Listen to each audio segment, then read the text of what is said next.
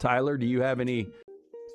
I'm sorry, what was the question? No, I'm just saying, do you think there's something with Disclosure Day being released about now? I mean, it seems like it's a government psyop. A lot of sci-fi. That is the theory, that it's a government psyop meant to prepare us for the actual Disclosure Day, which is then being theorized to be a hoax, so that way the governments of the world can get everyone to unite under one new world order as the Earth government to combat the aliens. Yeah, again, I saw Arrival. I think I brought it up on the show with Jeremy Renner and Amy Adams and Forrest Whitaker last week at some point.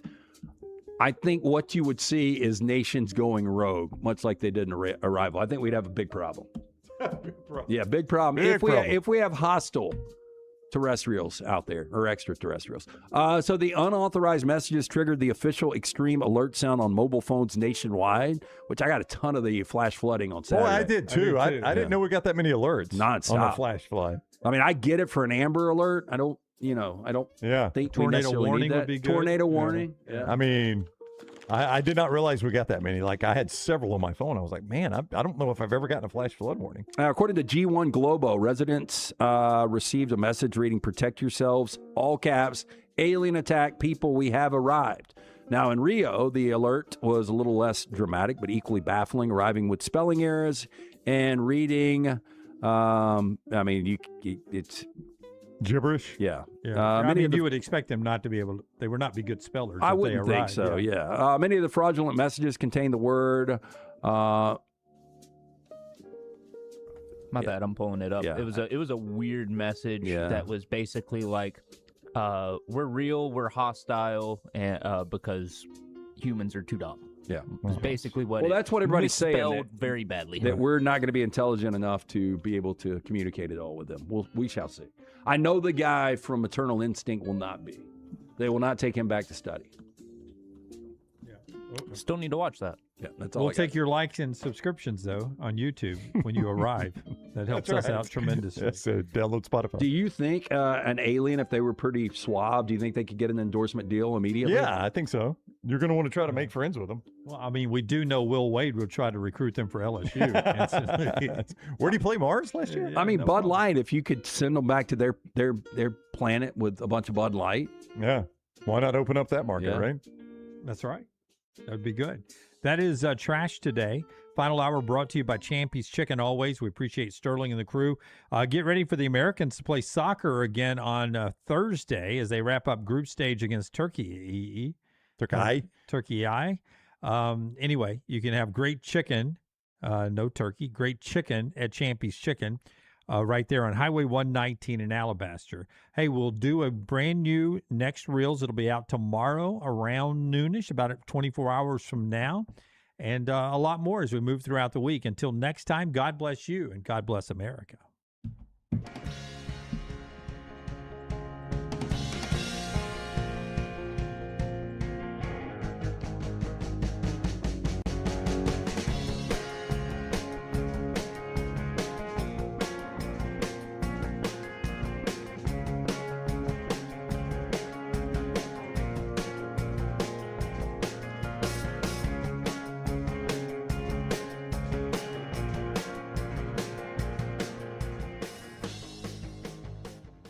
Next Round shirts, Next Round hoodies, and Next Round hats all in one place, nextround.store. Find your favorite piece of gear from your favorite show and put it in your rotation. You never know, you might be in one of our videos showing Next Round gear being worn all over the world. Find all of your favorite Next Round gear by visiting nextround.store. Place an order for you and that big Next Round fan in your life at nextround.store. Look your best at work, at school, at the stadium, or anywhere you go wearing Next Round gear from nextround.store. From driveways to interstates, accidents happen fast. The insurance company's response? Here's our offer. Take it or leave it. Leave it. Call Alexander Shinara Trial Attorneys. Over 250,000 clients. And no, they don't accept lowball offers. They fight, they win. Over $2 billion recovered. Call now for a free consultation. 659-777-7777 or alexwins.law. Physical office location, Birmingham.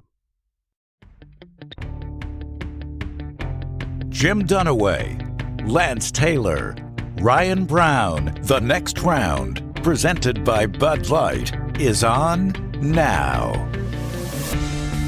All right, fun show ahead as we roll on a Wednesday. It's Wednesday, right?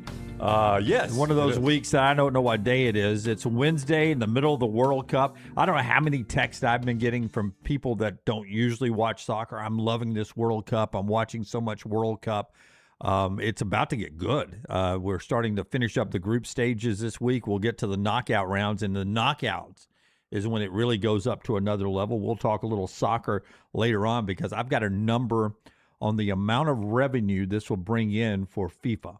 It's going to be a lot. It's a lot. I bet there's some It's commas. a lot. We'll get to that coming up. The Falcons are spending money. We got a ton of college football to get to.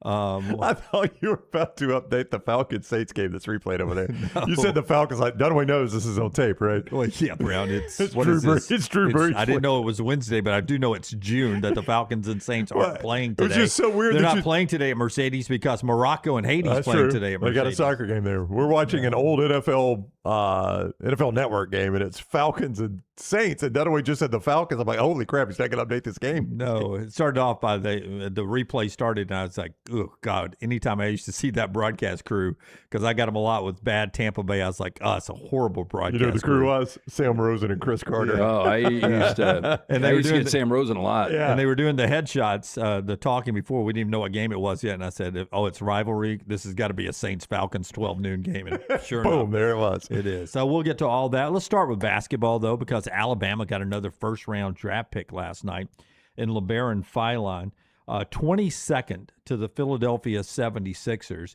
Cut one, Tyler, if you can. Here's LaBaron Philon. Gets asked what being Nate Oates' 7th drafted player says about the program in Tuscaloosa. Yeah, you were the 7th player drafted under Nate Oates. Just what does that say about the current state of the program? I mean, Nate Oates is a great coach. I mean, I trusted him with my career. Definitely going back, and definitely just like being there my freshman year, just trusting that he's going to, put in the work, and just trusting that he's really smart. And it came true. It was a dream. Like, it was a dream of mine to go play for Alabama for 2 years, just like being patient and especially like playing under Nate Oates and Preston for sure. I mean, Preston Oates, those guys don't get a lot of credit, but I would say, I credit those guys. I credit all the people they put around me, the players they put around me, and just like the ability to have that trust with me. And I think everybody else in the facility, from a player up to, janitor. So really just like being able to be there for 2 years was really special. Preston Murphy, the other guy he's speaking of there, one of the best recruiters in the country, an assistant. That is Nate Oates' 7th pick. As you see him get there. But the 5th in the first round, there's Preston and Nate over the shoulder. They were there. Always a good recruiting moment when you're there as well. Brooks has sent out a graphic. 5 first-rounders for Nate Oates' time in Tuscaloosa. And before Nate Oates was there, Brooks, how many first-rounders? They had 2 in 22 years. 2 in 22 years. That's believable based on the Alabama basketball we watched for 2 decades. I think it's an interesting landing spot. Philadelphia pulled one of the bigger upsets in the postseason, knocking off Boston in 7 games. But you look at what they've already got in that backcourt. Tyrese Maxey is an absolute stud. So really it's Maxey's team. You look at VJ Edgecombe, who they got from Baylor in his first year, averaged 17 as a rookie. The problem for Philadelphia is that front line because you got Paul George there that is always hurt. Paul George, I think, he's played 88 games the last 2 years. Over the last 3 years, Joel Embiid's only played 90-plus games. Yep. Joel Embiid in 10 years has never played a full season. Never played more than 68 games. 10 years, he's never played a full season. 68 games is his max. Even Tua played full seasons. Right. Yeah, right. But if they had an injury tent in the NBA, those guys would be in it. Yeah, but if you could get a healthy Paul George and Joel Embiid with that explosive backcourt now, I think Maxey, Edgecombe, and Philon, that is an electric backcourt. Can I ask a question but give a disclaimer first? Yeah. I am not making a comparison to this player, a one-to-one comparison to this player, and I'm only doing it because of the uniform. Is there a small, I'm not saying he's this guy, is there a small piece of Allen Iverson in LaBaron Philon's game, you think? You don't see any at all? When you started down that road, I was thinking in my head, please don't say Allen Iverson. I said small Yeah, piece. I don't. Small piece. Yeah. No, I'm not saying LaBaron Philon is Allen Iverson. I would never say that. They may be the same size. There's right. you don't see Iverson's smaller. Yeah, Iverson's smaller. Okay, I thought they were the same size. I thought Iverson I mean, looked small on TV. but I LaBaron thought is he was 6'1". Is that what he 6'3". Yeah, 6'3". 6'3". Let's see. Allen Iverson's height. I always think he thought he was was 6'1". loaded at 6'1". Yeah. Allen Iverson height is 6 feet. 6 feet. Wow. Greatest short guy. I'm just so you see no piece of I mean, his Iverson's ability to score, but I mean, Okay. most guys that are in NBA backcourts. They've got that yeah, piece. Yeah. One more from Allen Iverson, cut 2, Tyler. LaBaron excuse me. Philon. Don't do it. I'm not making the Yeah. comparison. I just asked for a small piece. God bless him. Now Philadelphia media is going to run with it, and he's going to have to live up to those expectations. Did not like the sequence hats last night, by the way. You did not? No. You didn't like them? Didn't they have a little chain hanging on them on the side? Yeah, That really looks like a hat. I don't know where you'd buy that. Maybe a Flying J or a pilot. maybe, or they give them out at a dance recital. Maybe. Yeah, it's sequins. It's something. True religion. Yeah. I don't know. No, where do the girls go and get their ears pierced when they're Claire's. Claire's. Yeah, it does look like It looks like Claire's. something you buy at Claire's. Yes, I would That's agree. where Tyler got his first piercing. No, right? it isn't. I'm No. kidding. Oh, okay. No. I wonder No, if a guy no. has ever gone in Claire's, or is that like a no-go? Well, I mean, I've gone in there just I to knew stand by my dudes in high daughter. school that got their ears pierced at Claire's. Guys Because did? at, like tattoo studios, I think they want everybody that walks in there to be 18. No, I okay. think I'd feel more comfortable with the sanitation at Claire's than some of the tattoo studios Well, I I've mean, seen. we're all girl dads. That was just a rite of passage at one Oh, yeah. point, heading Oh, up to yeah. Claire's. Oh, yeah. I stood there and watched it. Yeah. Paid for it. Yeah. I did not go to watch it. I think I stood outside. I think I did too. I think I went in, took her, she sat down, and I stepped out in the, I didn't the want to mall watch lobby. it. Yeah. I didn't want to watch it. I didn't either. Mutilation. I didn't want to watch it. You remember back in the day, people would get Ice Cube at Oh, like yeah. a party, and Oh yeah. we're gonna get the pin out. Like Yeah. I don't know if they did this at your parties, Tyler, but back in the 80s and 90s parties, they would actually get that earlobe really Yep. numb and just stick the pin straight. That to was it. that was big in the bonfire crowd. Yeah.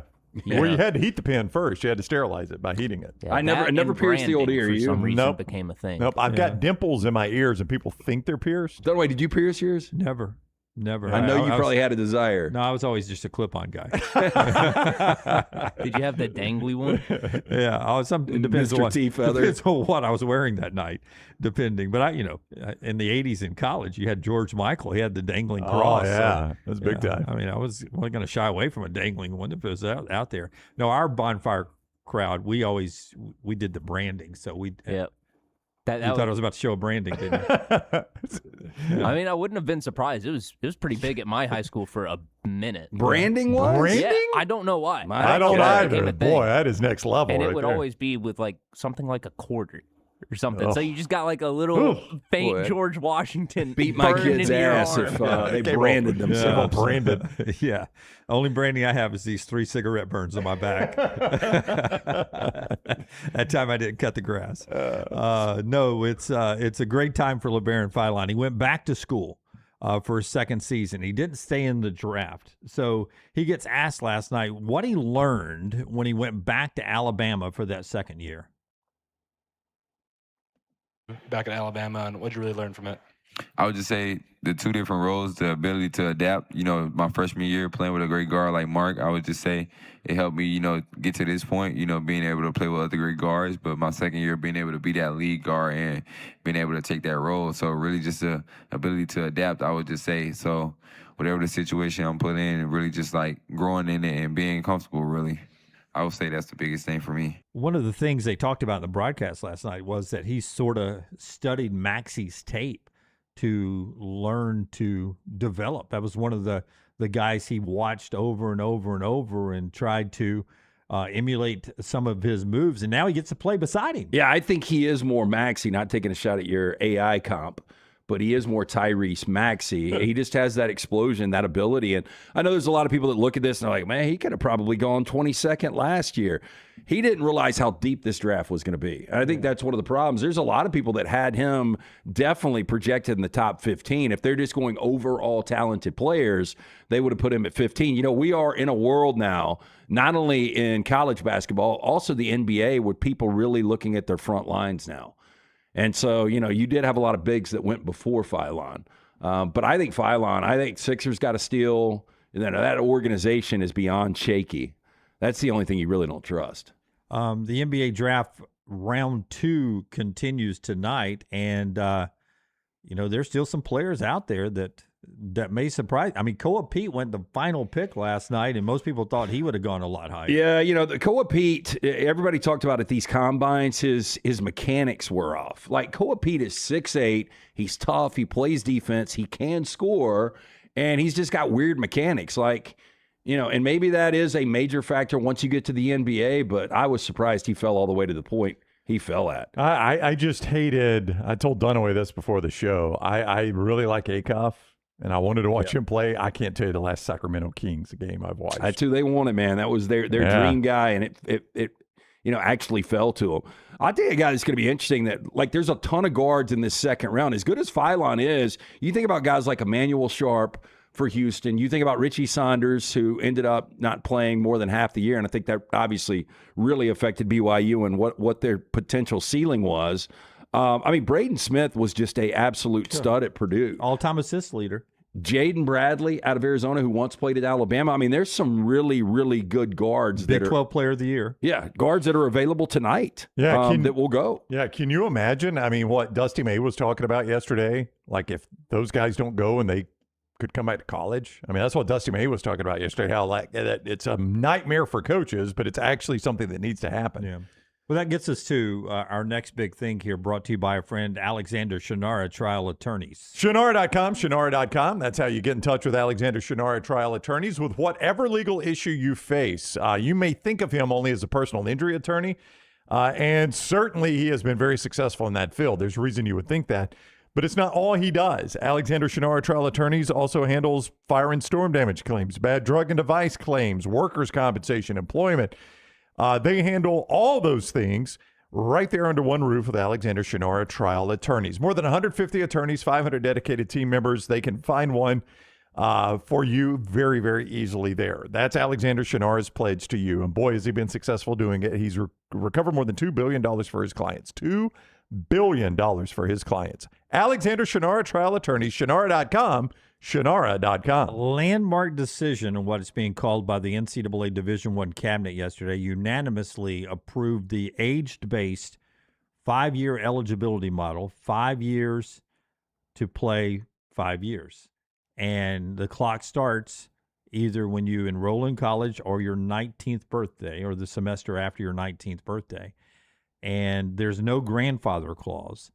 But I think this is a very clean way of doing this. This excites me, having 5 years. We do away with the red shirts. You play 5 years. You get out of there when you become an old man. You know, when we started the NIL, I was shooting off the hip. I was like, hey, man, look, if Diego Pavia can play forever at Vanderbilt, let him play. This does make sense. It's a universal rule. It's 5 years, a universal rule, I should say. It's 5 years.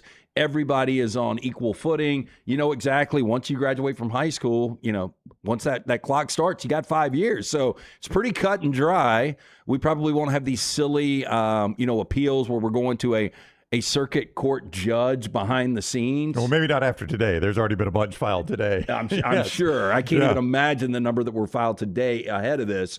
But I agree with you, Dunaway. I think this makes the most sense, and I think everybody should be on board. You got 5 years to really get in there and earn. Yeah. 15 athletes in one lawsuit already, according to Trey Wallace. So one group is I saw 50 15 players, basketball players, looking for that 5th year of eligibility.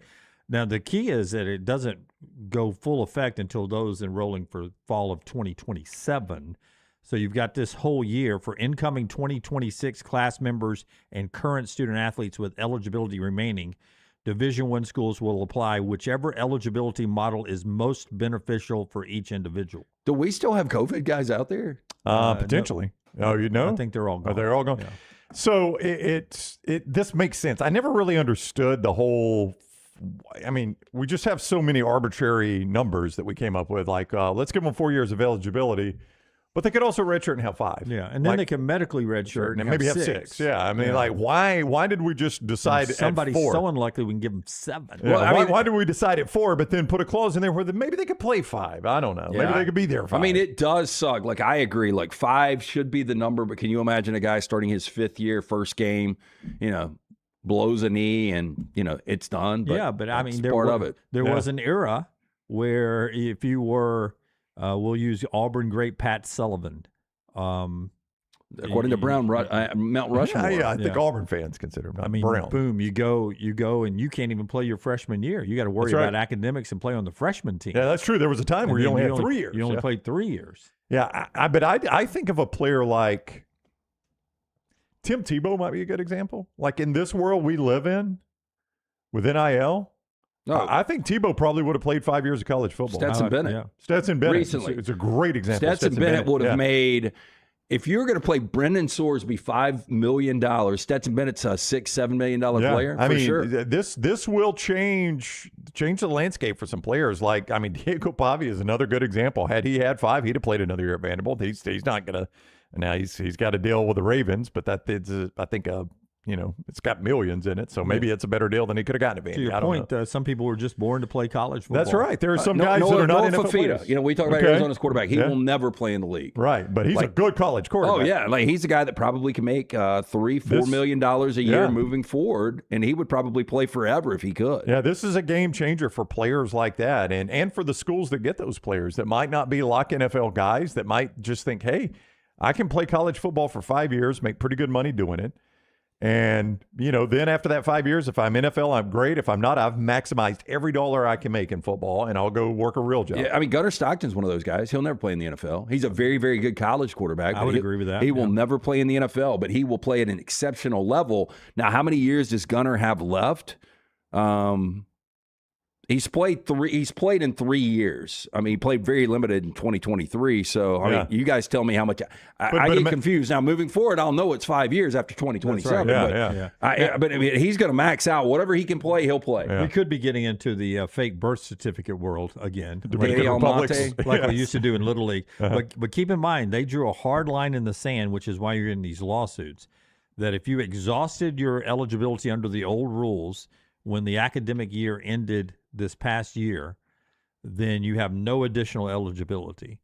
But if you're going back into school with eligibility still left this year, then you can choose whichever model is best for you. If you've already played 3 and this is your 4th year, you can play that 5th year too. So you choose whichever model is best for you if you still meet the age requirements. Yeah, there might be some confusion in the chat. So to clear up what they're asking about, and I don't know if it's tongue-in-cheek or if they're really asking this, it's your graduation from high school, start at college, or your 19th birthday, whichever comes first. Yes. Yeah, so your clock does not start at 19 unless you haven't enrolled in college at 19. That's right. No, if not, Ryan Williams would be a freshman. That was the question that they were asking, Nick, and I think this is tongue-in-cheek, but he's like, under the new rule, does Ryan Williams still have 5 years since he was 17 2 years ago? No. Yeah. It's obviously whichever one comes first. I think there was some tongue-in-cheek in that, but I just wanted to clear it up. So, it's graduation, off to college, your clock starts, or some people don't graduate until you're 19. Yeah, so whichever comes first. Now, the 19... Or I guess the Europeans. Well, that's what I was about to say. That's where this is going to be a big impact, is the European basketball players. I mean, you're signing guys that are 24 years old right now. Those guys are getting signed right now that are European basketball players, and that's where the 19-year-old clock, that's where that's going to have a huge impact. Yeah, basketball, a major impact. But here's what, as a college football fan, I'm looking forward to. You don't have to worry about counting, how many games has this guy played in. We can't let this, great third string or second string quarterback go out there and play this weekend because he's already played in so many games. So we may want him to play one other game against Chattanooga. That's right. You can just play. Yeah. You got 5 years. You can play all you want to do, and you still get 5 years. No red shirting. Don't have to worry about it. Auburn was a great example of that last year because Ashton Daniels, his fourth game was either going to be the throwaway game before the Iron Bowl or the Iron Bowl. So Deuce Knight gets his start in the throwaway game, so Ashton Daniels can play the Iron Bowl. And quarterback Florida State. And then go quarterback Florida State this year. So now you don't have to make stupid decisions like that anymore. I mean, that was just that just coaches should worry about that for Mike Norvell. I know, but that just shows you how dumb the old rule was that Ashton Daniels tears it up against Vanderbilt, and then they're like, well, he can only play one more game to have his maximum eligibility, so we'll sit him for this one and then play him in the Iron Bowl. I think what will be interesting for the Europeans is I think you will see more 17 and 18-year-old Europeans gravitate, much like Tua from Hawaii to Thompson. Yeah. I think you'll see them start coming over because these feeder leagues they're in right now, the developmental leagues, aren't going to pay nearly what Kansas, Michigan, North Carolina are going to pay these kids. So I think you'll see a lot of Europeans moving over here. I wouldn't even be surprised. What's our unbelievable high school in football? IMG? Yeah, IMG. Yeah, if they've got just a dominant basketball that's program, what all Europeans. I would start this up. I would have a feeder system from, really good 16, 17-year-old Europeans to bring them over. Keep in mind, though, the NBA is launching their own European league to contend with the major European. I don't know what kind of money they'll pump into that and if it'll have TV and if it gets any traction at all. But, all those franchises were $1 billion each, right? Oh, yeah. I thought they were. To oh, purchase. yeah, no. I think they were big money franchises. Yeah, so it'll be interesting to see if that impacts some of the European invasion into the college game. But that was just interesting yesterday. Obviously, the biggest story was Brendan Sorsby and what happened there, and a lot of emotions around that. We'll get to that after I remind you, our friends at Storm Restoration Roofing, when there's a lot of emotions around your home after a major storm. God, did it do any damage up there? I don't know. Who do we call? Well, you call Superman when it comes to roofs. That is Greg from Pell City and Storm Restoration Roofing. StormRestorationRoofing.com. Greg from Pell City, he and his wife Andrea own the company. Greg will come out and give you a free, no-cost, no-obligation roof inspection. He'll climb up that ladder and take a look at everything to see if you have any water entry points, some roof damage up there, loose shingles, anything. He'll give you a status report, a state of the union, if you will, on your roof. 205-542-3531, StormRestorationRoofing.com. Greg from Pell City on Facebook. A-plus rated with the Better Business Bureau. He is a wonderful human with 10 kids. He and his wife, Andrea, some of the kids work at the company, but they're deep-rooted here in Central Alabama, so they're not going to go anywhere, and you're not dealing with a national brand where he has to call, New York City to get something approved. He handles it all right here in Pell City, Alabama. That's Greg from Pell City, StormRestorationRoofing.com. He is the best. All right, so Brendan Sorsby gets a letter from the NFL. We've looked at it, and we're going to do no supplemental draft. On a scale of 1 to 10, 10 being the most, where were you when you heard the news, on the shock meter? 5. It's interesting. We really never talked about this. Some people glossed over the fact that maybe the NFL won't allow this. Most people believed that the NFL, once he went through the supplemental draft, whoever selected him, it was going to be a Terrell Pryor situation where coming out of Ohio State, he was knocked by the NCAA, and they carried that punishment, so to speak, over into his NFL career. And I think he was suspended for the first 4 games. I'm not surprised because everybody talks about the timing of this because it was, before mini camps, a month before the supplemental draft or within a month. Like, if the timing would have been differently, I don't know if the NFL would have stood behind this integrity thing. I think they probably let it go, and then they punish him on the other side.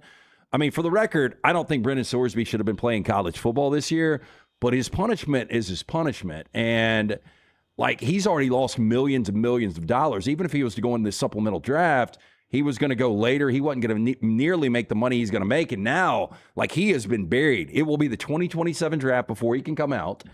I don't know who takes a chance on him there because he's not going to be playing football this year. So it's a complicated thing. But I do think if the timing would have been a month out further the other way, so this was May 24th, I think there's a good chance he gets in the supplemental draft, but they just a harsh 4 to 6 game suspension. Well, it's being labeled, Brownie, as the NFL delivering, I'm reading right here from Yahoo, a scathing lesson in accountability.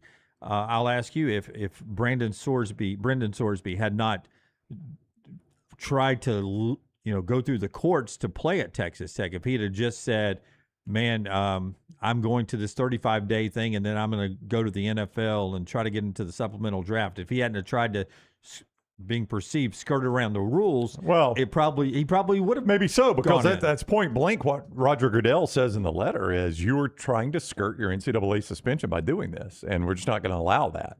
Well, and the NFL got a read off of the Big 12 and college football. I mean, this has been a shitstorm. So the NFL looks at it and they're like, everybody but Texas Tech wants this guy to play. So why are we going to take on the PR when it's really easy with the timing, just saying, hey, look, integrity of the game, we're not ready to deal with this. He can be eligible for the 2027 draft. It's an easy out for the NFL. It really is. Damien, one of our viewers and listeners, he and I were texting back and forth and talking yesterday. He's just blown away. He just thinks, he's like you. He thinks the guy's already, he's gone to rehab. His name has been in the papers and on the internet and all that for 2 months now, 3 months now.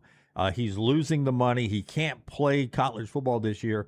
How much should he be penalized for all this when all the other things that go on with NFL players? Why are we drawing the line on him, gambling? I think it was the brazen attitude, like, hey, man, we're going to play. We don't care. I might have bet $90,000 and 40 different wagers on my former team, but hey, we're going to challenge this and we're going to end up playing. So I think they did become public enemy number one. Everybody always goes back to Leonard Little or Marvin. I know. I mean, all the incidents, Ray you're Lewis, absolutely right, that have happened over the years, and they're like, okay, this is where you're going to draw the line. You're right. We celebrate Ray Lewis, who was involved in a murder. Look, Tyreek Hill. I mean, Tyreek Hill has had a very, very unfortunate past, but there are teams like my Dolphins traded a ton for him. I mean, there are teams lined up to get Tyreek Hill. Now, I don't know if he's coming off injury now. Dude, if he would have you didn't worry about the stuff off the field, but now that he's injured, everybody's like, ooh, I don't know. I mean, if you knew Sorsby was going to be as good as Drake May, and teams knew that he gambled against his team, I still think there would be an appetite probably to take him. Maybe so. If you knew he was going to be Drake May. Yeah, that was the problem and Clay says this often, and Clay is absolutely right about this. As long as your abilities outweigh your set of circumstances or set of problems, you're always going to have a spot. I just don't know that Brendan Sorsby's abilities outweighed his problems, and that's why he's probably never going to be an NFL quarterback. Months ago, I think we said maybe his most significant playing days are behind him because we didn't think at that point he was ever going to be able to play college football again.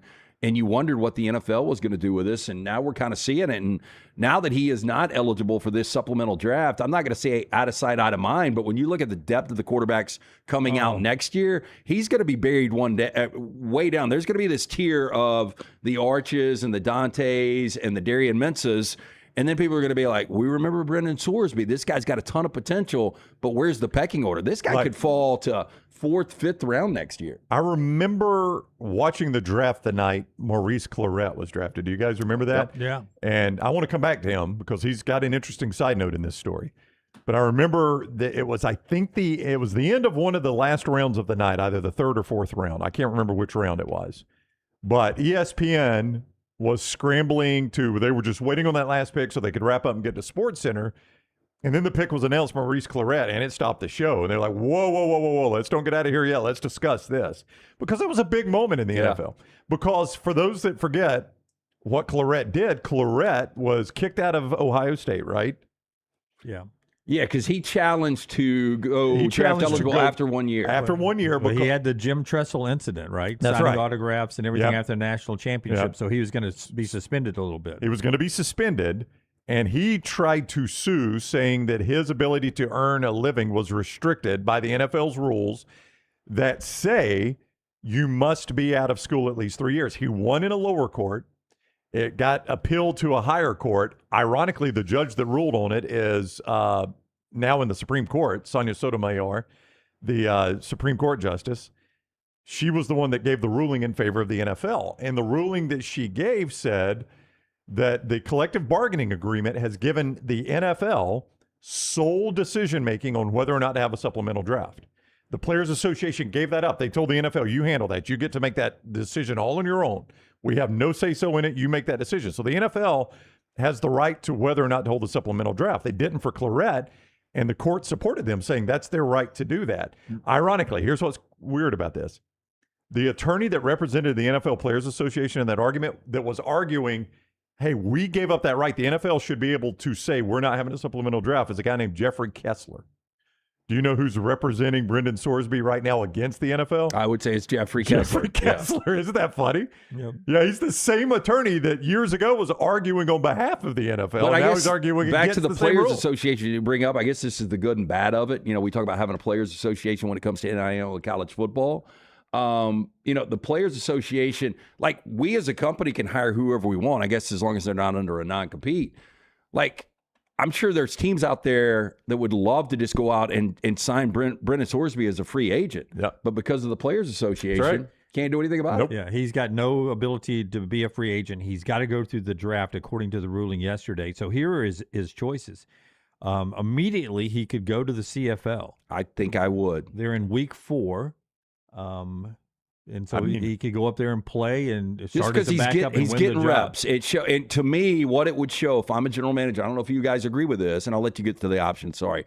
Like his passion to play, like he's taking a massive pay cut to go up north to show, how consumed he is with football and his commitment. But we're assuming the CFL would say, "Oh, sure, come on up here and play. Come on and gamble." Yeah, on it. NCAA doesn't want you, NFL doesn't want you, but we'll take you. I think they would because Maybe. the I don't know. CFL just does not have the PR it used to have. Yeah. If it ever. Mike Rapoli, the owner of the UFL, who's been on our show, and is probably making a decision right now whether Birmingham is still going to have a franchise or not, has already reached out on social media. Welcome to the UFL, Brendan Sorsby. The UFL is a league of opportunity. We created a regional player initiative to keep great players closer to home. So he's now, Brendan Sorsby, is part of the Dallas Renegades, and they've already got him mocked up in a jersey. They don't play until March, but that's the Rapoli problem. and them are saying, get ready and play in March, Well, and that will lead into the April NFL the April draft. You at least get 2 or 3 games of action that they can evaluate you on. I don't know if that's enough. Maybe. I mean, the CFL is a better league, right? It's a different game. Yeah, They I play. think it's actually a I'm different just saying ball. more. I think there's more talented players in the CFL. I would trust, like if you told me the Dolphins have to pick a quarterback from the CFL or the UFL, I think I would want to take a guy from the CFL to answer your question. Really? Neither. I think that game has changed so much. What UFL quarterback have you ever watched that you're like, I'd like him to be a Buccaneers quarterback? None. Okay. None. And I don't know of a CFL quarterback I've watched either, but but this is not the old CFL. I hadn't watched it in a while. Yeah, They don't throw it all over the field anymore? They do, but there's a lot. They changed a rule where you've got to have mostly Canadians on the team now. Oh, really? So it's not the quality of football it used to be when it was mostly Americans that were on the team, and you just had a few Canadians. No knock against the Canadian audience who's watching us, but so we know outside of Jesse Palmer, who have you produced? Warren Moon, Theismann, Doug Flutie. Those guys are gone. Those guys are not up there anymore. They're not That's what I'm Canadians, saying. Like it's been a long time. Jeff Garcia was a CFL guy, but I can't remember another player coming from the CFL. No, but the UFL is the same thing. I've never watched a UFL quarterback and thought there's an NFL quarterback. Quarterback play in the UFL is not good. It's not. It's just not. But Again, we always say about these spring leagues, the NFL doesn't have 32 good starters. So if the NFL doesn't have 32 good starters, how is the UFL going to have a good starter? Yeah, I have brought up the fact that this is dangerous for me to have this opinion, but I think it was overblown, his gambling problem. I think much like a lot of guys in their early 20s, he just liked to wager. Look, it was black and white. He wasn't supposed to do it. That's why he shouldn't be playing this year. But how are you guys on the NFL not allowing the supplemental draft? Like, do you guys think the punishment's a little much based on the fact that he will be buried dead and gone until 2027? That is a harsh punishment, Lance, but I do like the NFL having the consistent stance of we're not going to allow guys to skirt NCAA suspensions by coming to our league. As I explained yesterday, I said he waited until 3 days before the deadline to put his paperwork in. That's right. He had exhausted all other options to stay in college, and then the NFL felt like, well, okay, now I've got to do this NFL thing. Your last if I'm resort. the NFL, I was like, no, if you'd have done this at the front end, then maybe we would have done it. But you waited until you had no other option. Yeah, it is interesting. It does sound hypocritical for the NFL with the partnerships they've got with a lot of the gambling brands. Yeah, aside from the gambling, I just like that they've had a pretty solid policy of if you're facing major NCAA suspension, don't think you can come here just to skirt that. Yeah, but I wouldn't have minded if they would have said, hey, look, we're going to suspend him half a year or even a year. Like, you can draft this guy, but he's going to be suspended for 2026. And I was explaining this to people yesterday too. In the NFL, when you're suspended, you don't still get a paycheck. Right. You lose if you're suspended for 4 games, you lose 4 games of paycheck. When Calvin Ridley was suspended for a year for gambling when he was injured, he lost a year of paycheck. A ton of money. When Jameson Williams was suspended for not gambling on the NFL, gambling legally, but just inside the NFL facility, and whatever it says, was it 4, 6, whatever? I think it was 4 games. I thought Yeah, maybe it whatever was 6. I can't whatever remember. it was. It was a significant suspension. But he lost that money, that paycheck. So the NFL takes it seriously too. And the third option for him is to, Texas Tech said, man, we're here to support every court filing they did and every news conference they had when they did the 4 guys sitting around with being interviewed. That 22-minute video, they were we're here to support Brendan Sorsby, the person first, the student first. I know they parted ways, jointly decided to part ways so he could go to the NFL. If I'm Brendan Sorsby, I would consider taking them up on their offer. You guys said you're here to support me. Guess who's back? You've given me some money. I'm going to come to Texas Tech. I'm going to train at Texas Tech.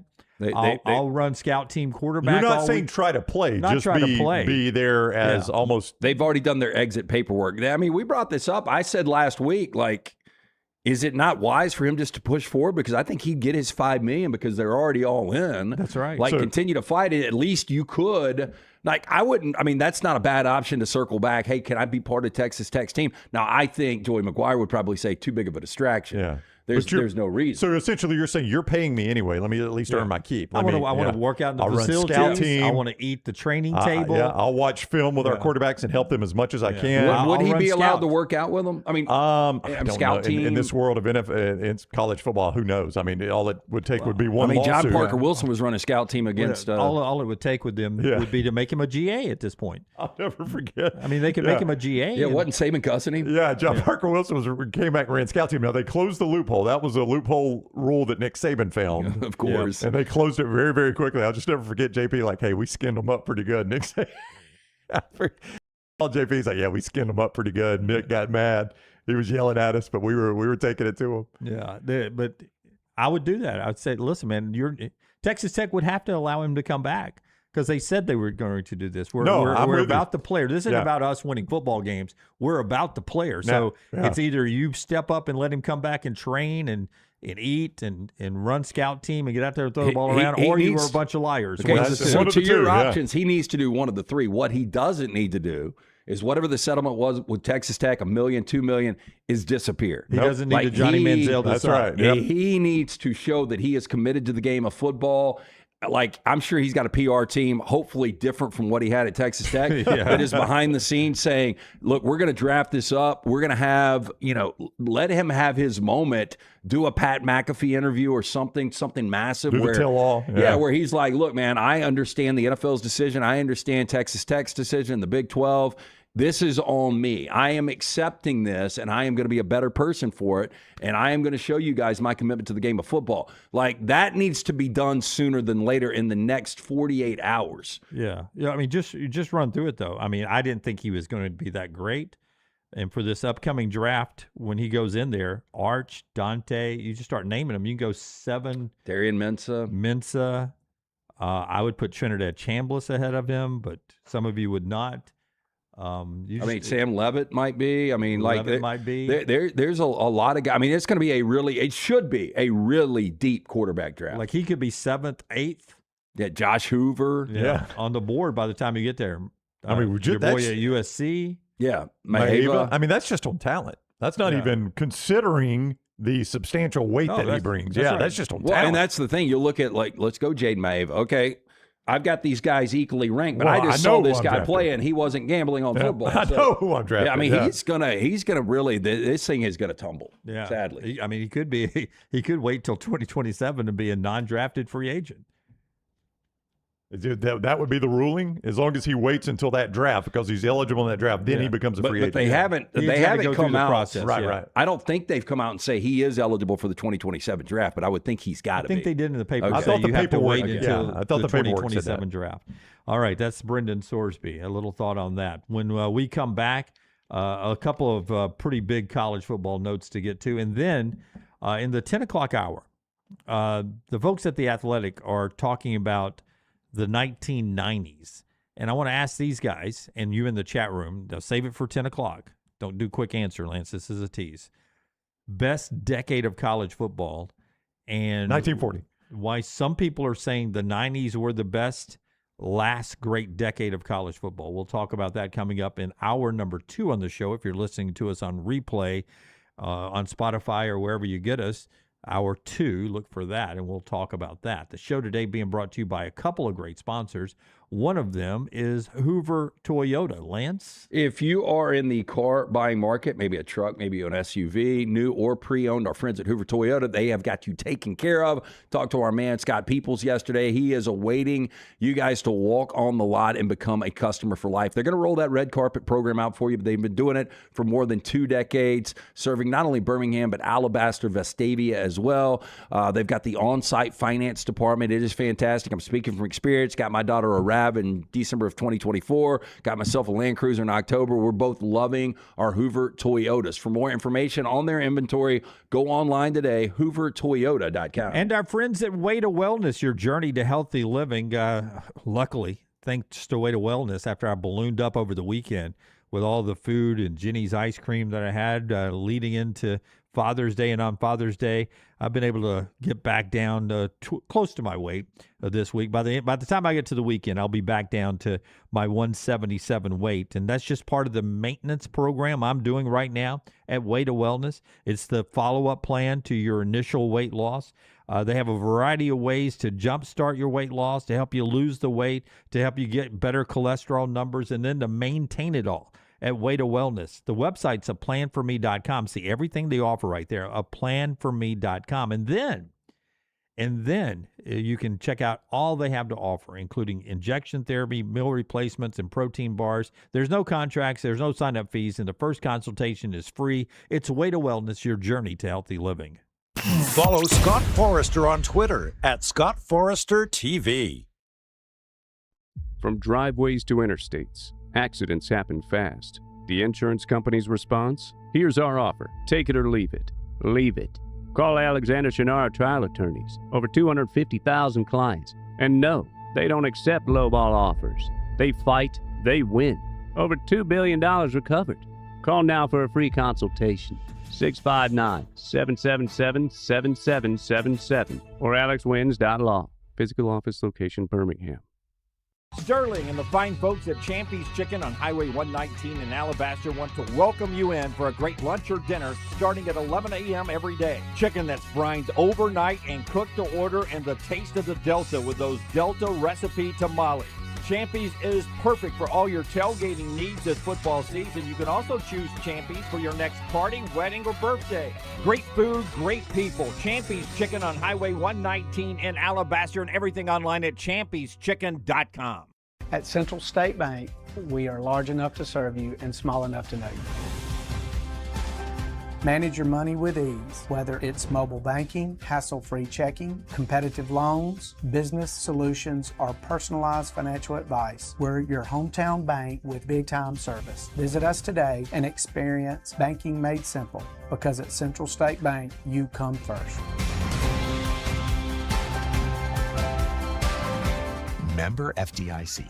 Never miss anything from the next round when you listen on demand through the podcast platform of your choice, Apple, Spotify, iHeart, or Google Podcast, wherever you listen. Always like, follow, subscribe, turn on automatic download so you can catch every part of the next round. Listen anywhere in the world, anytime on the Next Round podcast feed, and support the show by following, subscribing, and turning on automatic downloads on any podcast platform. Listen anywhere in the world, anytime on the Next Round podcast feed. Thanks for always making the next round a big part of your day.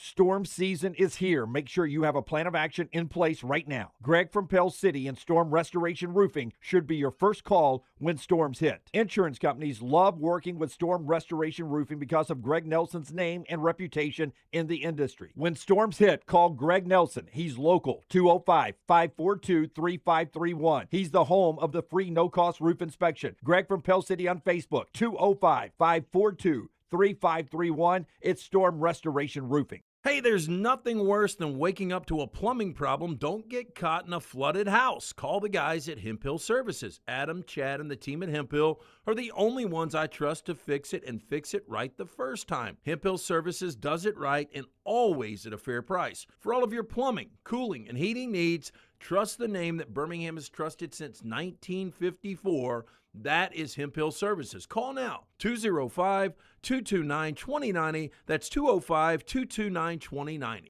Remember the name Way to Wellness if you're battling weight loss in your life. I'm Jim Dunaway from The Next Round. There was a time I was over 216 pounds until Way to Wellness helped me lose 45 pounds, and now for over 2 years, they've helped me keep that weight off. Here's their website, aplanforme.com, aplanforme.com. That's a great name for a website because there's no cookie-cutter plan. Everything is designed specifically for you. No contract, no sign-up fees, and your first consultation is free at Way to Wellness. Hey, for all of your IT and printing needs, reach out to our friends at Xerox Business Solutions. Look, I'm still one of those old school guys. I print my notes every single day for the show. If you watch the show here on The Next Round, you see all the notes in front of me. From day one, Xerox Business Solutions, they've been with us here at The Next Round.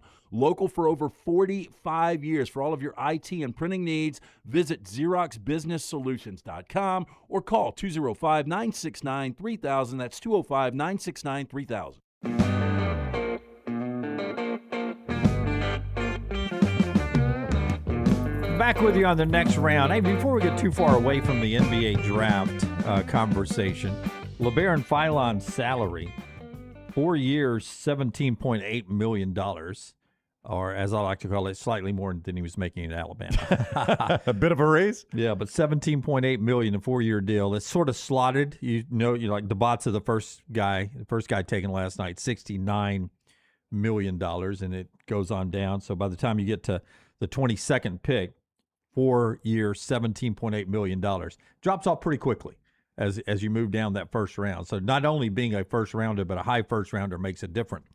Yaxel Lindenberg is a guy that played at UAB for years and won a national championship at Michigan. Michigan is key here. He gets asked about Michigan State and Draymond Green since Yax is going to Golden State. What if Draymond says you could have number 23 if you rock Michigan State gear for the entire season? Nah. I'm not doing that, man. I hate those guys. I've only been there for 1 year, but I definitely hate those guys. All that they were saying, and they can't really say much because I went 2-0 against them this year. So they're going to be little brother for me forever, and I'm not going to represent the losers ever. Ooh, man. Draymond's not one you want to really stand up to as you walk into that locker room. I think that they will appreciate this. And this shows you how old we are, because I remember the 2016 NBA Finals like it was yesterday with Golden State. But he was talking about how much of a Kyrie Irving fan he was and such a Cleveland fan, and he hated Steph Curry. So Yax basically said, man, the guys I'm about to play with, I hate Michigan State. I hated Steph Curry. This guy, he's outspoken. I mean, we saw it in the postseason. He's a very outspoken guy. Were you surprised that May went with Johnson over Lindenberg? I think it shows you, he believes that he is like a lockdown defender already, his ability to rebound. I mean, a lot of people thought Mara, because of the size, would go before. Yeah. Now, Oklahoma City did a brilliant job of getting him now to counter more of Wemby and what they've got to deal with there. But, I think a lot of people were surprised that Johnson was the first one to go. And Chet Holmgren didn't have a great playoffs. No, but continuing to build that size with SGA. Yeah. That was a big get. But, unfortunately for Yax, fun organization last decade, but they're on the backside of it. The show today being brought to you by Lance's Lock, lanceslock.com, and our friends at Hemp Hill Services. Yeah, nice 3-1. We did split World Cup. Very disappointing performance from England. I know we'll get into that. We had a total on that game, and they didn't have a shot on goal until was the total 0? Till the 57th minute. I literally said on the show yesterday that draw was in play. Well, you didn't know 0-0 though. No, 0-0. I thought it would be 1-1. Yeah, that was lazy play yesterday from England. Anyway, we have got more winners up. We've got 2 more games in the World Cup where we're currently 8-5 for you. Coming off a 2-0 yesterday in Major League Baseball. Jump on and win with us at lanceslock.com. We've got games up and available right now. It is always brought to you by our friends at Hemp Hill Services. Since 1954, trust the name Birmingham is trusted for plumbing, heating, cooling, any of these issues, home or business. Call Adam Chad, Andrew, the guys there. Hard to stop a train. For more information, hemphillservices.com. Johnston RV. If you want to go see America, go see some of these World Cup sites. Grab you an RV from Johnston RV and tour America, and just look at the beauty, watch soccer, whatever you want to do. You can do it in an RV from Johnston RV Center. Fifth wheels are very popular in America right now, so they are stocked up on those, got plenty of them. But if fifth wheel is not your speed, they have got more than 300 RVs of other types. Everything from the small toy haulers all the way up to the big motorhomes. They've got everything in between as well, and in every price range. You can see more at johnstonrvcenter.com and see more about RV Warranty Forever that gives you a lifetime warranty on anything that is new or qualifying pre-owned at Johnston RV Center, I-65 exit 304 in Coleman, 334 in Decatur, and johnstonrvcenter.com. Yesterday, the EA Sports folks, 2 days ago actually, put out the toughest places to play in college football. And then yesterday, they actually put out their ranking, their top 10 ranking. Does it play into the game? What do you mean? If Autzen is one of their top five, like, do you have more turnovers and penalties? I'll give you an example. Yeah, like you audible, and sometimes if you're the road team, everybody doesn't go where they're supposed to go. False starts all the time. Sometimes false starts. If you're playing in the crowd meter is really ramped up, like at the toughest places to play, you don't see your receiver routes. You don't see the receivers or X's or O's or whatever. Sometimes they go the wrong routes. Does the controller shake? I thought it used to shake. It shakes some. How long have they done the atmosphere rankings? Since it came back. Okay. Well, I'm just wondering. They've done the toughest places to play a long time, but impacting the game like this. Since I would just love to see where Bloomington was at this time 2 years ago to where it is right now. Well. I can't remember the toughest places to play. Do we have that graphic? Tiger Stadium. Yeah, I mean, it was Tiger Stadium. Here's the toughest places to play. LSU, Ohio State, Penn State, Georgia, Alabama, the top five. Autzen is 6. Florida, Tennessee, Clemson, Texas A&M, then Oklahoma, Michigan, Texas, Auburn is 14th. Washington, South Carolina, Indiana, 17th on the list. Now, Tulane's not on there, but if you're playing My Dynasty right now, Tulane's a tough place to play. Tough road trip there? I'm winning them all. I mean, there is no way Indiana's tougher to play in than Salt Lake City. Oh, that's my point. Yeah, well, some of it now. Go ahead. Some of it's quality of team. I mean, right. Indiana, it's the toughest it's ever been to play at Indiana, not because of the crowd, but because SIG has the best Indiana teams in the history of the program. And let's be honest, the reason Alabama, Bryant-Denny is where it is, they do a great job now on creating an atmosphere. If you haven't been to the game in years, you think that's just because of the wins and losses. But it is a tough place to play now. But it's up there because of the home record that Alabama's had. Anytime we've ranked these on social media, and we've done it, and we can do it again. I'm happy to do it again because I kind of enjoy that. But I find it difficult. Like, am I saying it's a tough place to play because I think the crowd's tough, or am I saying it's a tough place to play because their team's just really good? It's a little mixture of both. If you look down there, 25th is Mississippi State. So, a little respect for Starkville on this list. Blacksburg hasn't won in a while. They're 22nd. Is that NC State at 23rd there? Yeah. So BYU is always a tough place to play at 24. So they give some respect to teams that haven't won a lot lately. Never thought Raleigh would be a tough place to play, but no, doesn't strike me as very difficult. Yeah, it sounds like they were dividing that out so they get ticket, games sold in North Carolina. Let's make NC State a tough place to play. I mean, I will die on the hill of the fact that Jordan-Hare, if it's a big Georgia game or a big Alabama game, is worth a touchdown. I will die on that hill. Somehow I've managed to upset two fan bases with that. Like, Auburn fans, for some reason, get upset about me saying that. Like, oh, Auburn's, they got to be good for it to be a good atmosphere. Well, yeah, you got to be good for it. And then Alabama fans get upset. Oh, yeah, the same Jordan-Hare where they lost to New Mexico State. Yes, same stadium. But if you've been to a big Iron Bowl or you've been to a big Deep South's oldest rivalry at Jordan-Hare, I maintain it's worth a touchdown. No, and I think that's about as low as you'll see them in these rankings based on the fact that they haven't been relevant for a long time. EA Sports actually put out the top 10 ranking, the best 10 teams on the game this year when it comes out. So these have the highest total points, best offense, best defense combination. Oregon is their number one team. Lance, that's your pick. I know Ohio you're going State Oregon. is 2. Indiana, Notre Dame. I'm choosing between Oregon and Notre Dame in our 40 and 40. Yeah, I said Notre Dame, Oregon a while ago. I'm right there with you. You're going Oregon. I know. Texas is 5. Miami is 6. LSU is 7. Ole Miss 8. Georgia 9. Oklahoma is 10. That's the EA Sports in the game top 10 teams in college football, and then they break it down offense and defense. Top 10 best offenses and top 10 best defenses. Here's the best offenses: Ohio State, Oregon, Indiana, Texas, Miami, LSU, Notre Dame, Ole Miss, Missouri, and Oklahoma.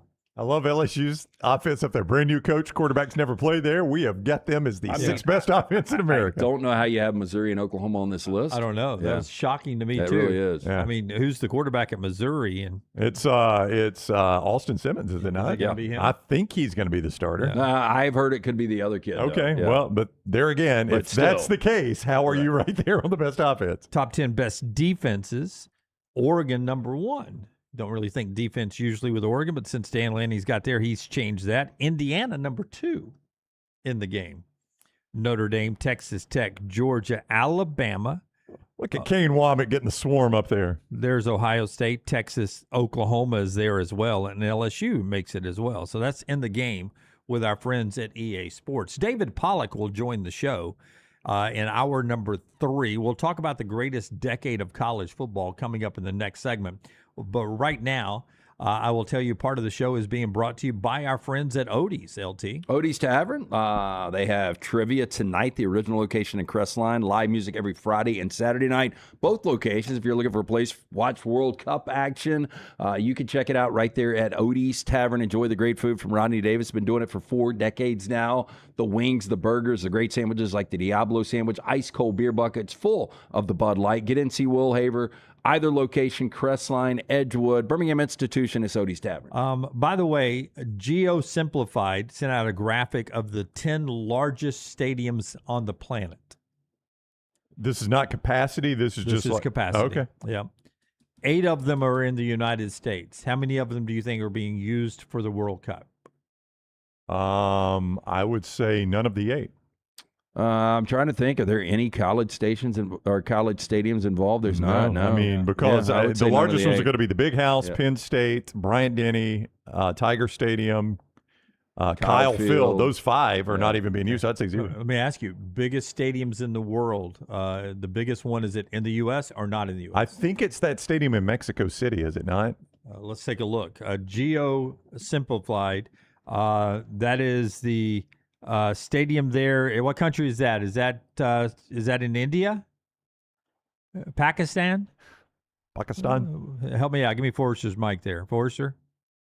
Jim, I'm not aware of where that stadium is. Yeah. You sent this to me. Do we not recognize that flag, everybody? I don't know it. Yeah. The Narendra Modi Stadium. Yeah, I think 132,000. There's some bad seats in that place. Oh, yeah, I'm sure. Yeah. Restricted views all over the place. Narendra Modi Stadium, Jim, is located in India. India. See, Jim's world flags there. Ahmedabad. Yep. That next flag's, is that China? No, it's in Korea. That's Korea. Hey, these next ones are United States. Yeah. I got the flags after this. And then it's all the college ones. Yeah. Big House. I told you. Penn That's State. North Korea. To be North specific. Korea, yeah. Can't trust that.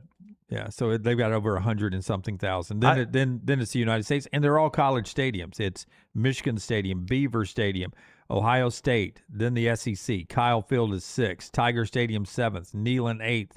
Number 9 is Darrell Royal in Austin, and number 10 is Bryant-Denny. Bryant-Denny, 10th largest stadium in the world. In the world. That's crazy. I told you when I briefly got into that Argentinian algorithm because I was watching highlights from the game down at Auburn. That's what every one of the sportscasters said. Like, here in the United States, and they're saying this in Spanish, in subtitle, here in the United States, these stadiums are often, the capacity is larger than the city they're in. It is so, and they were so perplexed by this. They could not figure out why College Station, Texas, and Auburn, Alabama had stadiums that were 85,000 and 100,000 people. They just couldn't figure it out. They were like, this makes no sense to us. And I'm We'll like, send them a clip on a Saturday. I was like, buddy, if you'd stick around for an SEC football Saturday, your mind would never be the same. Blown away, and you'd gain 10 pounds.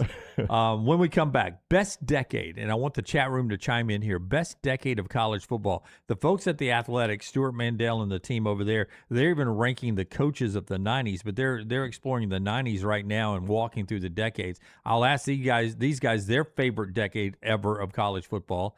You guys chime in the chat room. The show today being brought to you by our wonderful friends at Inverness Country Club. Brownie, you playing today? I am playing a little bit later on today. ICCalabama.com is where you get more information about Inverness Country Club. What you're going to find there is a beautiful course, great clubhouse that you can tour there at Inverness Country Club. Try some of the food. Had some yesterday. Fantastic food there. The tennis facility is under construction right now. It is going to be world class when it is finished there.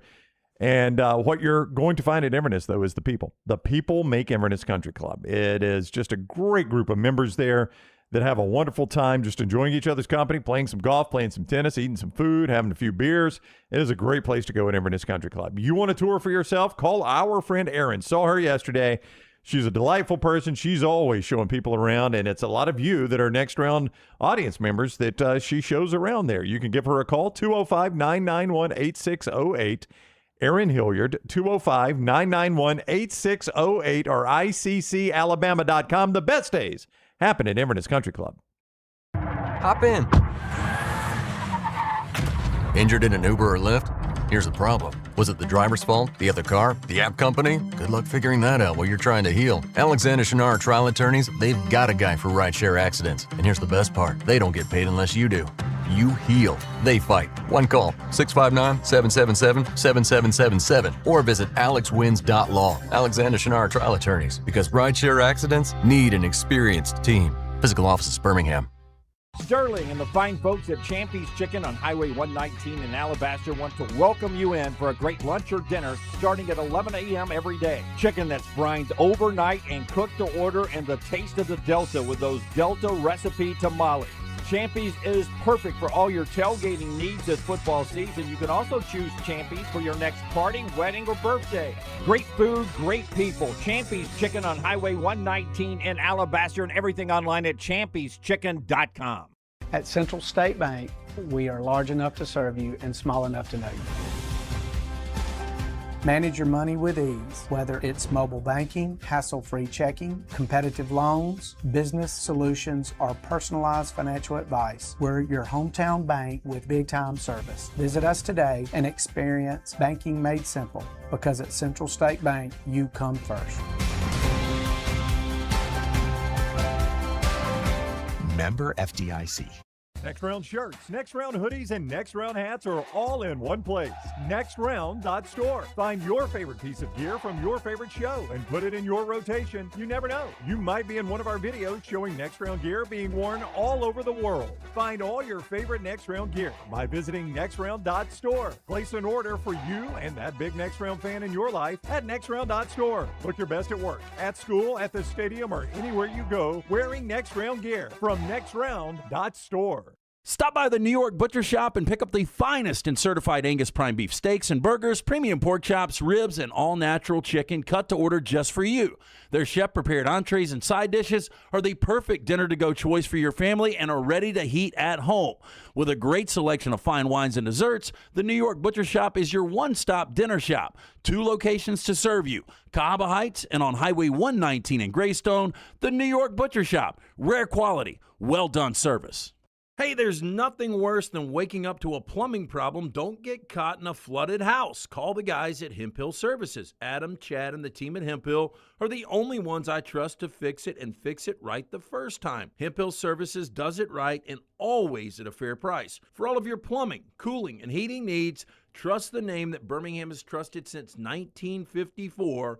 That is Hemp Hill Services. Call now, 205-229-2090. That's 205-229-2090. Hey, let me tell you about our friends at Urology Centers of Alabama. Compassionate and comprehensive urological care with 35 physicians, 17 locations across Alabama. Their patient-centered approach to all of your urological needs. Remember, they've got that new men's health center. It is beautiful, helping men with a wide range of sensitive male issues in a comfortable environment. You can always go online, visit urologycentersalabama.com, schedule an appointment with one of their many urologists today.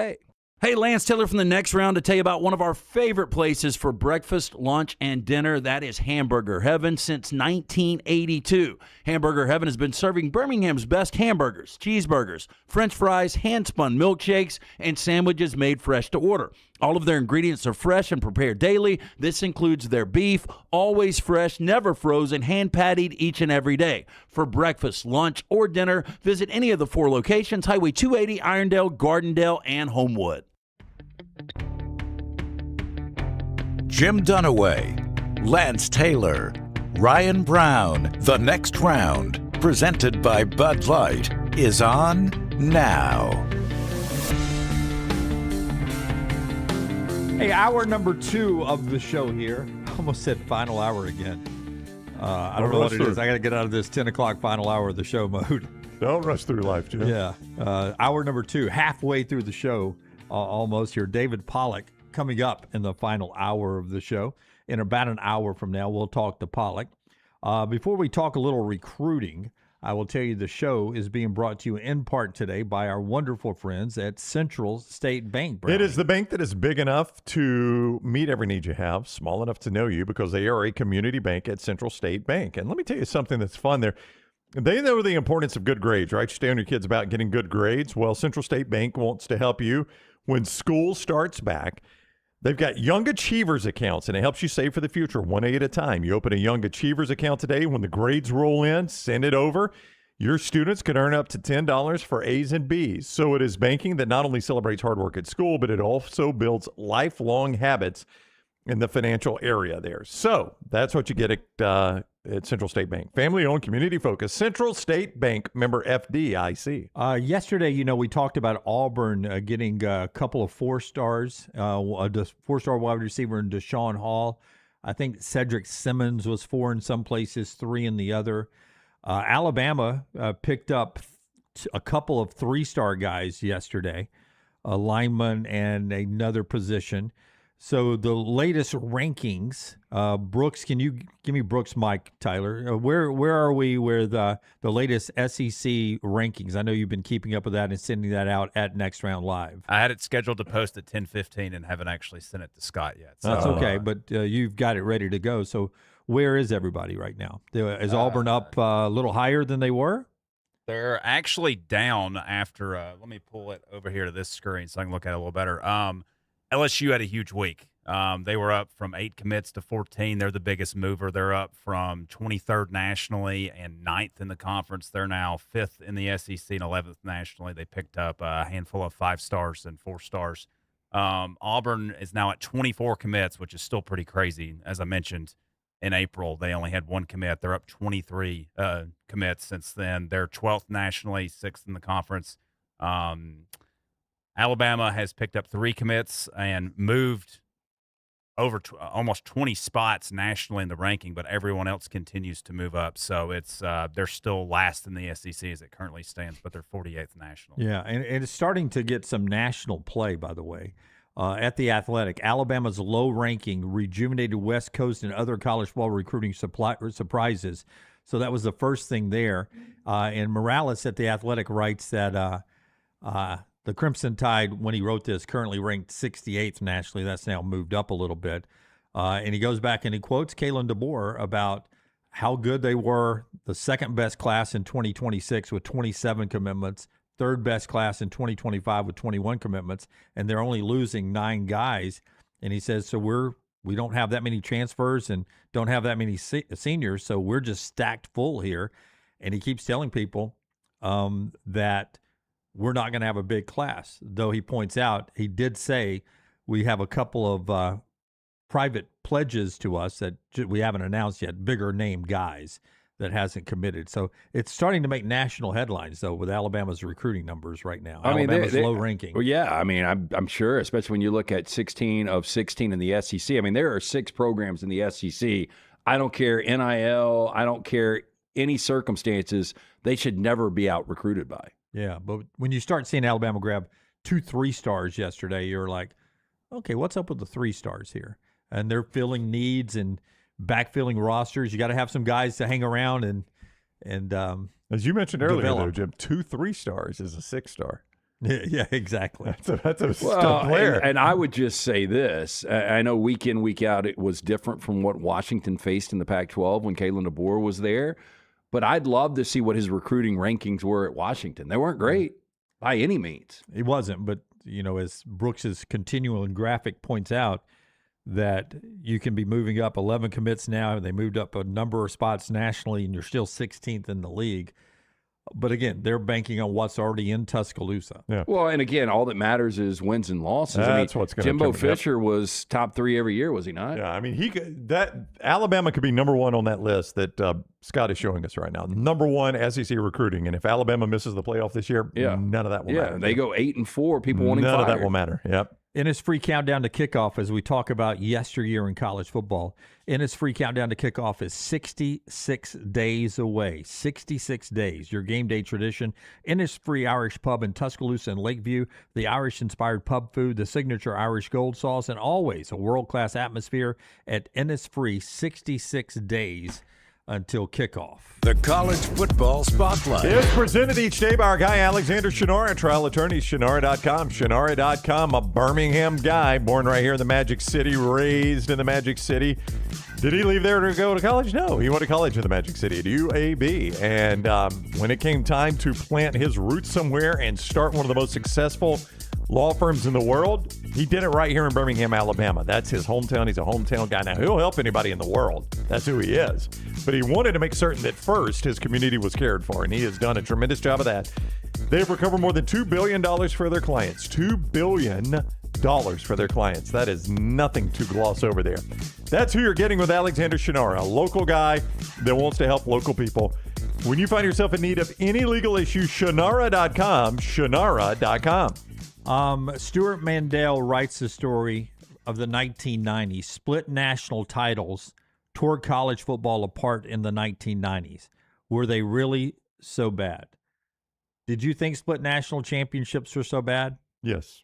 Yeah, I did. I think it was almost to the point where, and this would never have happened, and I think we probably talked about it back in the day, like, if you're going to have split national championships, let's get them on a field and let them play. Yeah, play one more game or something. It was just weird. The first one I can remember was Georgia Tech and Colorado. Yep. And Georgia Tech, some might forget, played their final game of the season, which was their game for a national championship, essentially, against Nebraska in the Citrus Bowl. Let that sink in for a second. The Citrus Bowl was where they played their national championship game. And I think that was the morning of New Year's Day, if I'm not mistaken. And I think you're right. And that night, Colorado at least played Notre Dame and at least did it in the Orange Bowl. Yeah. Now, the frustrating thing is we saw that on kind of the low end. Like watching those teams, you're like, Colorado, Georgia Tech, neither one of those teams look like a national championship team. They both had a little, Colorado had the 5th down where they got an extra play against Missouri down on the goal line and won the game on that play. That was a huge controversy. Georgia Tech had a tie with a bad North Carolina team at home. Neither one of them were national championship. But the very next year, you're like, okay, we got split national champions. What do we got this next year? Then you had 2 elite split national champions in Miami and Washington the very next year. That's right. And then later on, of course, the Michigan-Nebraska split national championship, when Nebraska probably would have blitzed that Michigan team, in my opinion. Nebraska went to the Orange Bowl. Michigan went to the Rose Bowl. Right. Washington went to the Rose Bowl. Who was the other one there? Washington, and who did they split it with? I forget. Miami. And Miami, I don't even remember. Orange, probably. So, I mean, that was the system we had then, and it was just the system we had, so it didn't make sense. They beat a 2-loss Nebraska team who had lost to Washington.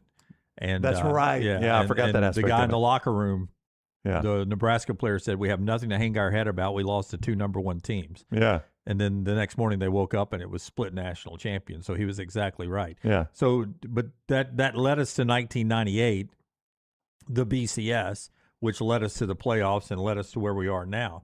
So when I ask you the greatest decade of college football, and the 90s are a long time ago now, what was the greatest decade of college football to you, Lance? Well, I think it's easy. You know, when we had this discussion a couple of months ago, I said it begins at 1998. Like, if you want me to specifically do a decade, I would go. This can't be a 10-year period. This needs to be a legit decade. Decade. Okay, well, then I would go 2000 to 2010. I think that's going to be it. But that's 11 years. So, anyway, I was going to say 2000 to 2010. In those 11 years, he had 9 different champions. And if you took it back, again, I know you want to go decade, but if you go 98 to 2000, you've got 11 different champions in 13 years. Yeah. That's incredible. And they all, I don't know if I can say all of them, because that 2-loss LSU team just did not.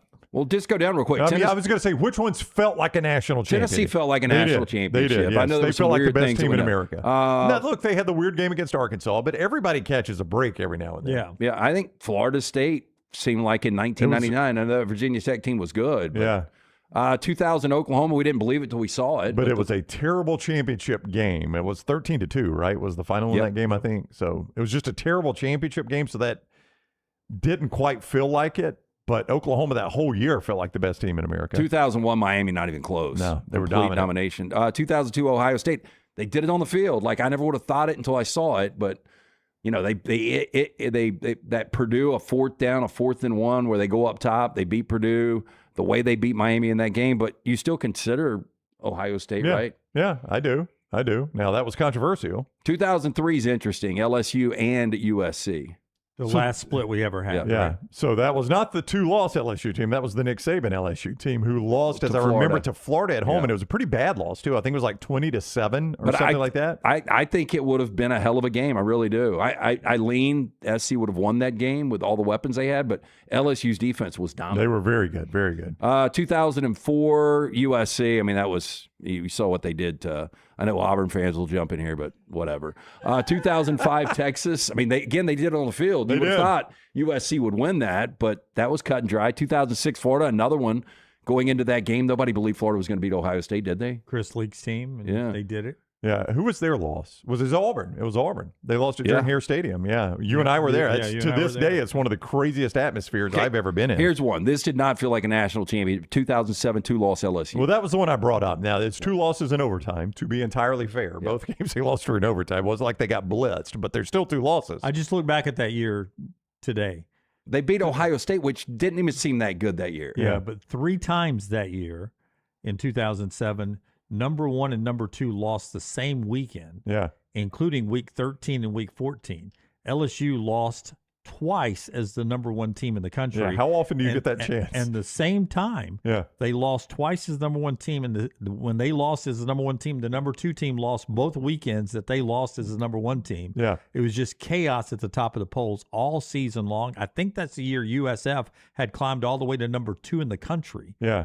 I remember was that same year? So USF got all the way to number 2. Yeah, they did. Yep. Lost. Rutgers was in the mix that year. Yeah, Rutgers. It was a weird year. Big East was really good that year. The number 2 team lost 7 times that season. Yeah, I think Missouri and Kansas made it to number 2 at some point. They played the Big 12 number champion. 4 versus number 2 the week before the Big 12 championship. Yeah, the winner won the division. To me, that was the last year of not having the elite team, because then we go on a run with the SEC where it was cut and dry. Now, the LSU team, I remember the overtime loss to Kentucky in Commonwealth Stadium, and that was a good Kentucky team, by the way. Top 10 Kentucky team. I think they were number 9 at the time. They jumped up. They hosted game day the next week because Florida, I think, was in town the very next week. I mean, they had a tough schedule, obviously. I cannot remember who their other overtime loss was, LSU. Arkansas.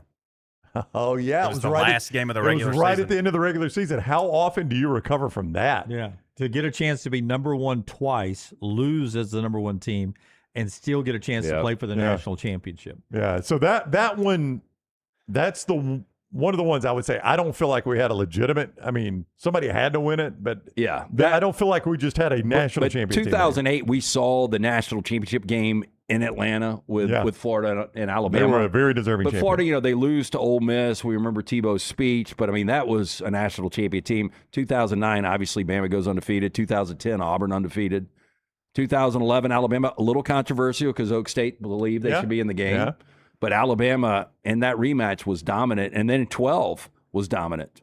Yeah, against Notre Dame. Yeah, Florida State was dominant in 13. I mean, And then we started the 14 playoff. Yeah, and then when we got to the 14, like there was no chance Ohio State with the third string quarterback was going to be able to do it, and they did it. But I think for that 08 to 13 gap, you had a list of dominant, legitimate national that champions. 2000s was fun. Lance is right. From 2000 to 2009, if you want to literally cut it off at a 10-year period.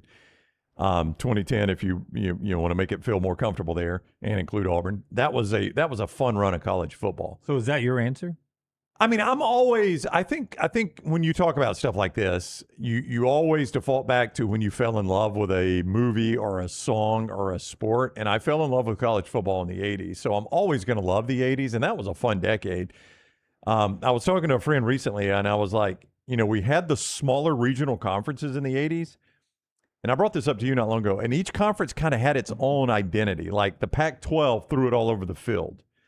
The Big 8 was that fun triple option. They had those high-scoring triple option. The Big 10 was 3 yards in a cloud of dust.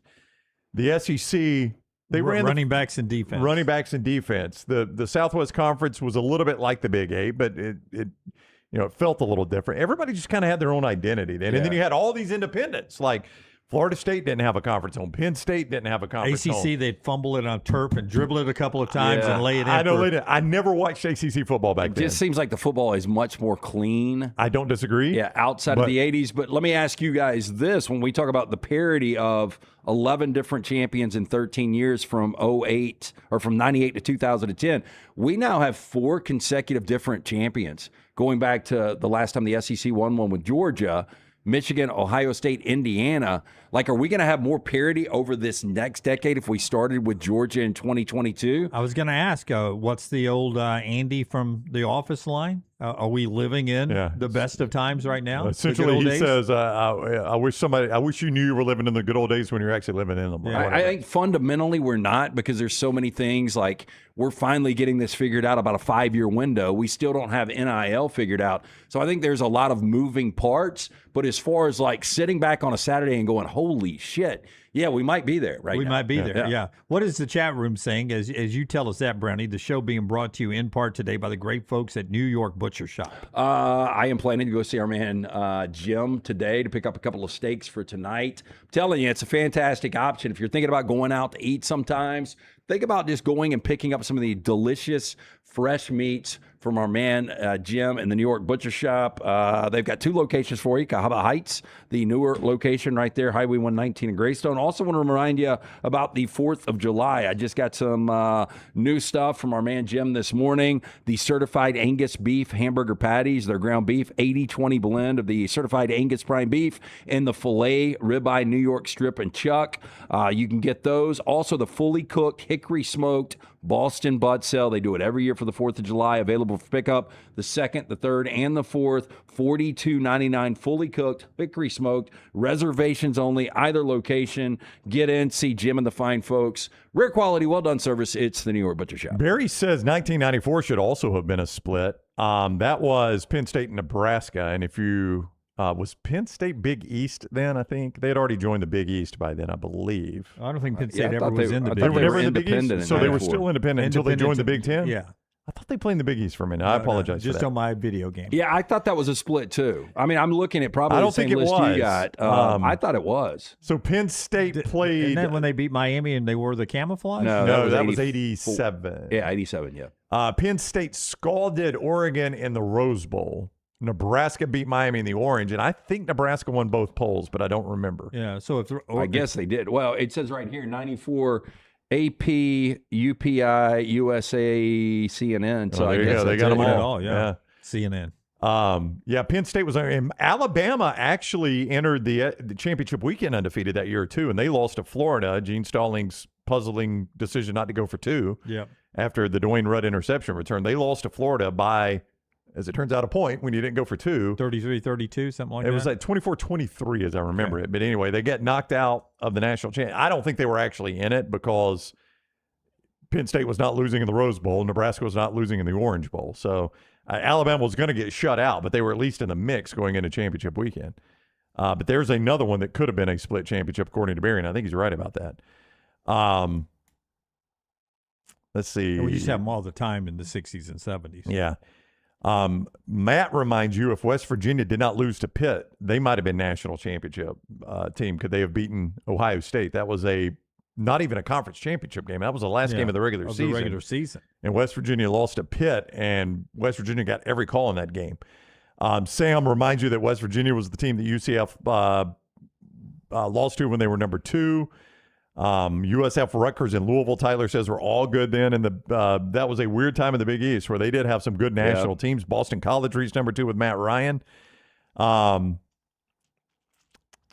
Hey, to your point, in the 60s, 5 of 7 years you had split national championships between 60 and 66. Yeah. And one year you had 3 in 64, Alabama, Arkansas, and Notre Dame. Yep.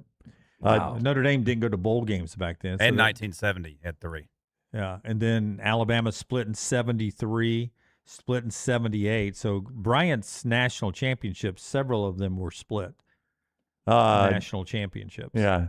Dixie Normus, interesting name, says the Dixie is his first name. Yeah. Normus is his last Great name. Austin Powers reference Yes, there. indeed. Yeah. Another one I've never seen. He said, don't forget that 2008 Texas team that lost to Texas Tech. They would have played for the national championship. I mean, you had games like that. Like, those games don't exist really as much anymore. The do or they're die at least, games. Yeah, those do or die games. They're further down the pecking order. Yeah, at the top of the standings. That's right. These were at the top of the standings there. Matt says 2008 would have been an epic year for a 12-team playoff. And he's talking about that same year. Oklahoma, Texas, and Texas Tech all had one loss. USC had one loss, and Utah was undefeated. He's right. I mean, there were some years back then when, boy, a 18 playoff would have been fascinating to watch. The folks at The Athletic rank they're focusing on the 90s, ranked the best top 25 coaches in the 1990s. Number 1, obviously, is Bobby Bowden, 2 national championships, 10 top 5 finishes. So every year in the 90s, he finished in the top 5. That's got to be interesting because I would assume Tom Osborne's going to be 2, but Spurrier was so dominant, but he's got to be 3. You may never guess number 2. Steve Spurrier is 3. Wait a minute. So Bowden is 1. Spurrier's 3. Spurrier's 3. One national championship, 8 top 10 finishes, 5 top 5 These are coaches finishes. of the 90s? Yeah. And it's not Tom Osborne? Tom Osborne He had is 3 4th. national championships. Osborne is 4th with 3 national championships, most in the nation. 1 was split, tied for 6th nationally with 87 wins. So 2 is he retired in 97. Yeah. I think he did enough, though, from 90 to 97 that we could put him I in don't there. even know who 2 could be. Hang on, let me think through this. You said winningest of the 90s? No, they ranked the best coaches of the 90s, The Athletic. You love the guy number 2. Oh. Don't tell me it's Philip Fulmer. No, it's Bill Snyder. Oh, yeah. Okay. Yeah. Okay, Lance is on board now. They took No. Kansas State. I think they that's too reference, high. they literally say he was the Kirk Cignetti of the 90s. No, well, without the championships, though. Yeah. Well, but they lost there. Texas A&M upset them in the Big 12 championship In 1998, and they game. would have played for the national championship, and I think Michael Bishop was good enough to win them a national championship that year. But still, like, if you went head-to-head, what did, and I know it was apples to oranges when you were talking about what Nebraska had on the roster compared to Kansas State, but I just remember Kansas State losing a ton of those games against Nebraska. I remember they were really hyped. They were late November games, and Kansas State would be number 7 or 8. Yeah. Nebraska would be number 1 or 2, and Nebraska seemed like they won all those games. How Tom Osborne's number 2 I on this agree. list is a joke. Random stuff that's in my head. The Texas A&M running back that ran the long run that ended that game and ended Kansas State shot was Sir Parker. Yeah. Am I right about that? I think you are. 4 National Coach of the Year awards in the 90s for Bill Snyder. 4 times he was No, he National could Coach coach. of the Year. He could go. I would put him in front 87 of Tom wins, Osborne. tied with Osborne, 6 nationally. 7 winning seasons for the programs in the 90s. They had 4 the previous 54 years. I mean, no, it was as bad a program as Indiana was, and he took it over and didn't win the national championship, but came darn close. Barry Alvarez was 5, Joe Pa 6, Phil Fulmer 7th, Dennis Erickson, Miami and Oregon State was 8th, Gene Stallings 9th on this list. That's probably about right in the 6 90s. ranked finishes in 6 seasons of coaching, 3 in the top 5, and a national championship. Yeah, that's probably about right. Number 10 was Bill McCartney, had Colorado good before Deion Sanders. Lloyd Carr was 11, R.C. Slocum 12, Lou Holtz 13 in the 90s. This was the end after the great 80s in South Carolina. John Cooper is 14, Frank Beamer 15, Mac Brown 16. I'm getting down to 1. Paul Pasqualoni, I think we were trying to think of his name. He earlier. was so freaking good. Lavelle Edwards, 18. Joe Tiller, 19. Fisher DeBerry, George Walsh, Dick Tomey, Bruce Snyder, and then number 24 of the 90s. Tommy Tupperville? Nope. Tommy Bowden? Nope. Close. Terry Bowden. Oh, Terry Bowden. That's what I meant. Oh, Terry Bowden. I should have gone Terry Bowden. Terry Bowden. I went Tommy Tupperville and had him at Auburn too early. That would have had to have been his Ole Miss days. I just have to bring this up. I had to look. Terry Bowden. 10 matchups between Bill Snyder, as much as I like Bill Snyder, and Tom Osborne in the 90s. What do you think the record was? I bet it was 9-1 Osborne. It was 9-1. Yeah. I mean, they dominated that conference. Yeah. But, I mean, some would say... Still 9-1. It's a little bit like when Bowden when they first joined the ACC and they had it cooking, it felt like they would play North Carolina every year. North Carolina was undefeated or 1 loss. And everybody's like, this is the year. Yep. Mac Brown's North Carolina Mac team. Brown's and then it was Carl Torbush's North Carolina team. So Mac Brown took the Texas job. And every year, Florida State would beat them like 23-3. Yep. And you're like, well, this wasn't the year. Sometimes on a Thursday night. Yeah.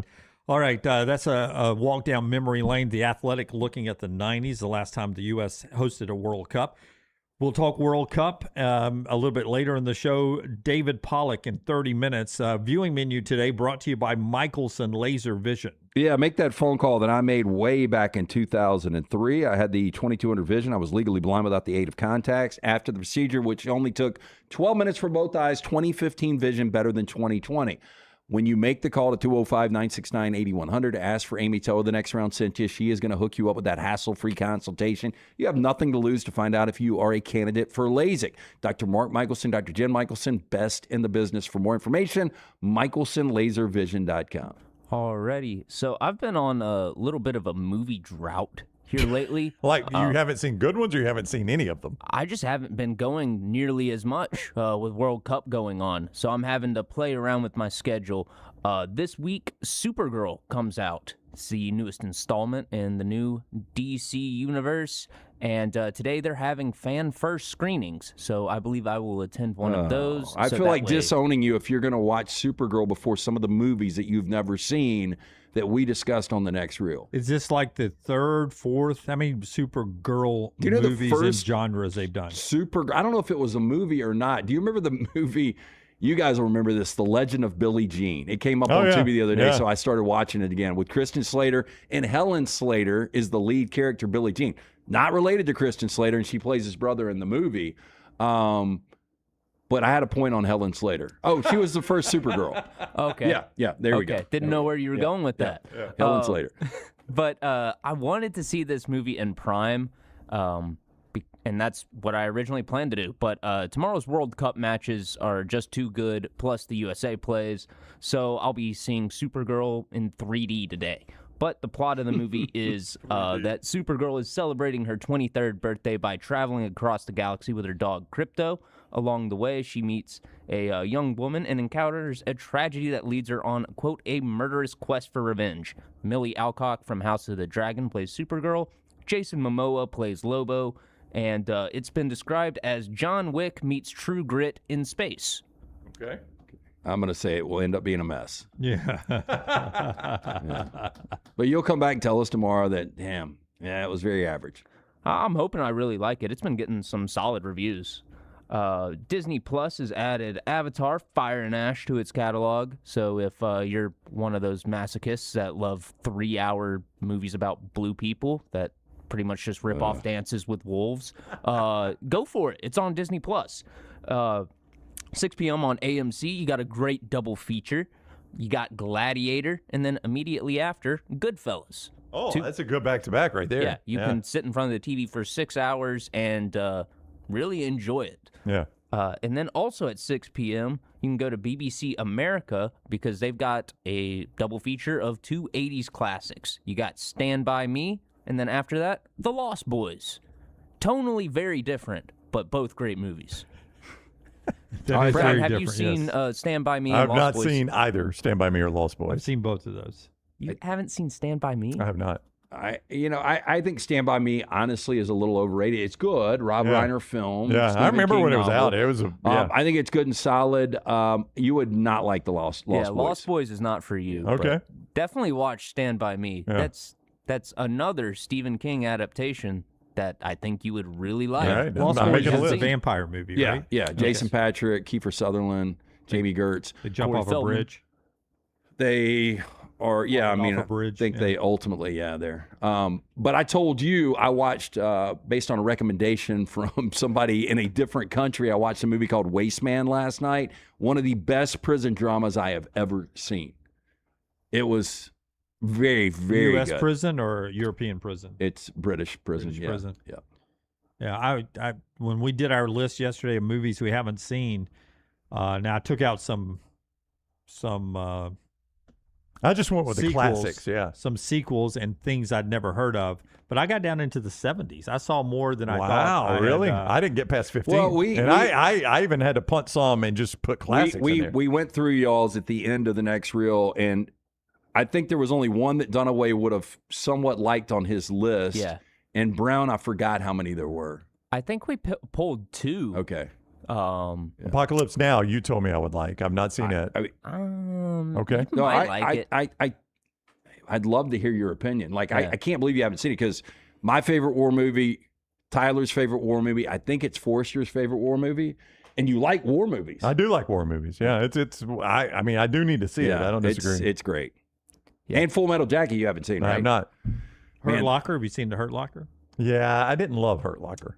I wasn't that crazy about Hurt Locker. I'll tell you another war movie I did not love was Black Hawk Down. And everybody was singing its praises, and I was like, God, I just did Did you not ever go love back it. and watch the old, like, is it Bridge over River Kwai? Yeah, I've seen that. Yeah, that genre, those are pretty good. I'm movies. surprised you didn't like Black Hawk Down. I didn't love it, Lance. Yeah. Yeah, I couldn't. Hurt Locker was different. I liked it because of the intensity and the performances, but man, Black Hawk Down was nothing but action. And definitely check out the next reel today, because LT's number 1 pick absolutely blew my mind. I told Brooks and Scott back here this morning, without saying the name of the movie, guys, just give me your reaction to what I told you. The childhood classic, man. I mean, I don't know how you hadn't seen it. It always seemed hokey to me. I never saw it. Hokey. Yeah, it really did. Yeah, you offended Scott. Blasphemy. Again, I said I'm going to watch it. I am going to watch it. But Of that genre, it might be on my Mount Rushmore. Oh, wow. okay, I don't even know what we genre. consider that genre. Let's not give it away. Don't give it Yeah, away. I don't want to say too much. Do we there. consider it a sports film? I'll just leave it at Yes. that. Yeah. Yes. Okay. That's okay. the genre I'm that's speaking interesting. of. There's a Rocky, tease. Raging Bull. There's a tease, yeah. Even The Color of Money would smoke that. How do you know? You haven't seen it. I would go Kingpin. How do you know? Yeah. We'll come back to it. Kingpin. Oh, that's all I got today. Okay, that's what Tyler's watching. 4 Downs and David Pollack. Coming up on the other side of the show, being brought to you by Urology Centers of Alabama. Great folks there that have been taking care of you for over 70 years, not just men, but women as well, with all your urological needs. But guys, if you're listening in right now, maybe you've run into some issues, including like testosterone problems. They can work that out for you as well. Everything from prostate health to kidney stones, with 10 great locations. Find out everything they can do for you at UrologyCentersAlabama.com. UrologyCentersAlabama.com, and schedule an appointment today, 205-930-0920, UrologyCentersAlabama.com. Take the next round anywhere you go with official Next Round gear. Buy yours today at nextround.store. Hop in. Injured in an Uber or Lyft? Here's the problem. Was it the driver's fault? The other car? The app company? Good luck figuring that out while you're trying to heal. Alexander Shinar Trial Attorneys, they've got a guy for rideshare accidents. And here's the best part. They don't get paid unless you do. You heal. They fight. One call, 659-777-7777. Or visit alexwins.law. Alexander Shinar Trial Attorneys. Because rideshare accidents need an experienced team. Physical office is Birmingham. Hey, Lance Taylor from the Next Round to tell you about one of our favorite places for breakfast, lunch, and dinner. That is Hamburger Heaven since 1982. Hamburger Heaven has been serving Birmingham's best hamburgers, cheeseburgers, French fries, hand-spun milkshakes, and sandwiches made fresh to order. All of their ingredients are fresh and prepared daily. This includes their beef, always fresh, never frozen, hand-pattied each and every day. For breakfast, lunch, or dinner, visit any of the 4 locations, Highway 280, Irondale, Gardendale, and Homewood. At Central State Bank, we are large enough to serve you and small enough to know you. Manage your money with ease, whether it's mobile banking, hassle-free checking, competitive loans, business solutions, or personalized financial advice. We're your hometown bank with big-time service. Visit us today and experience banking made simple, because at Central State Bank, you come first. Member FDIC. Never miss anything from the Next Round when you listen on demand through the podcast platform of your choice. Apple, Spotify, iHeart, or Google Podcasts. Wherever you listen, always like, follow, subscribe, and turn on automatic downloads so you catch every part of the Next Round. Listen anywhere in the world at any time on the Next Round podcast feed and support the show by following, subscribing, and turning on automatic downloads on any podcast platform. Thanks for always making the Next Round a big part of your day. Remember the name Way to Wellness if you're battling weight loss in your life. I'm Jim Dunaway from the Next Round. There was a time I was over 216 pounds until Way to Wellness helped me lose 45 pounds, and now for over 2 years, they've helped me keep that weight off. Here's their website, aplanforme.com, aplanforme.com. That's a great name for a website because there's no cookie-cutter plan. Everything is designed specifically for you. No contract, no sign-up fees, and your first consultation is free at Way to Wellness. Hey, there's nothing worse than waking up to a plumbing problem. Don't get caught in a flooded house. Call the guys at Hemp Hill Services. Adam, Chad, and the team at Hemp Hill are the only ones I trust to fix it and fix it right the first time. Hemp Hill Services does it right and always at a fair price. For all of your plumbing, cooling, and heating needs, trust the name that Birmingham has trusted since 1954. That is Hemp Hill Services. Call now, 205-229-2090. That's 205-229-2090. Hey, for all of your IT and printing needs, reach out to our friends at Xerox Business Solutions. Look, I'm still one of those old school guys. I print my notes every single day for the show. If you watch the show here on the Next Round, you see all the notes in front of me. From day one, Xerox Business Solutions, they've been with us here at the Next Round. Local for over 45 years. For all of your IT and printing needs, visit XeroxBusinessSolutions.com or call 205-969-3000. That's 205-969-3000. Storm season is here. Make sure you have a plan of action in place right now. Greg from Pell City and Storm Restoration Roofing should be your first call when storms hit. Insurance companies love working with Storm Restoration Roofing because of Greg Nelson's name and reputation in the industry. When storms hit, call Greg Nelson. He's local, 205-542-3531. He's the home of the free no-cost roof inspection. Greg from Pell City on Facebook, 205-542-3531. It's Storm Restoration Roofing.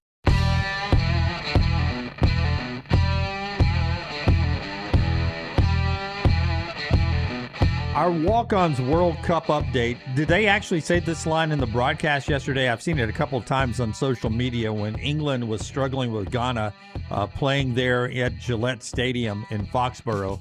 As we know, the English historically struggle here in Massachusetts. Surely they didn't. Did they say that during the broadcast? They did. Yeah. Did they really? Yes. That's a great line. I know that guy was sitting on that line since the tournament started. Yeah, he had it ready. How do you have 79% of possession in that game and you don't score? They did not have a shot on goal until the 57th minute. That was crazy.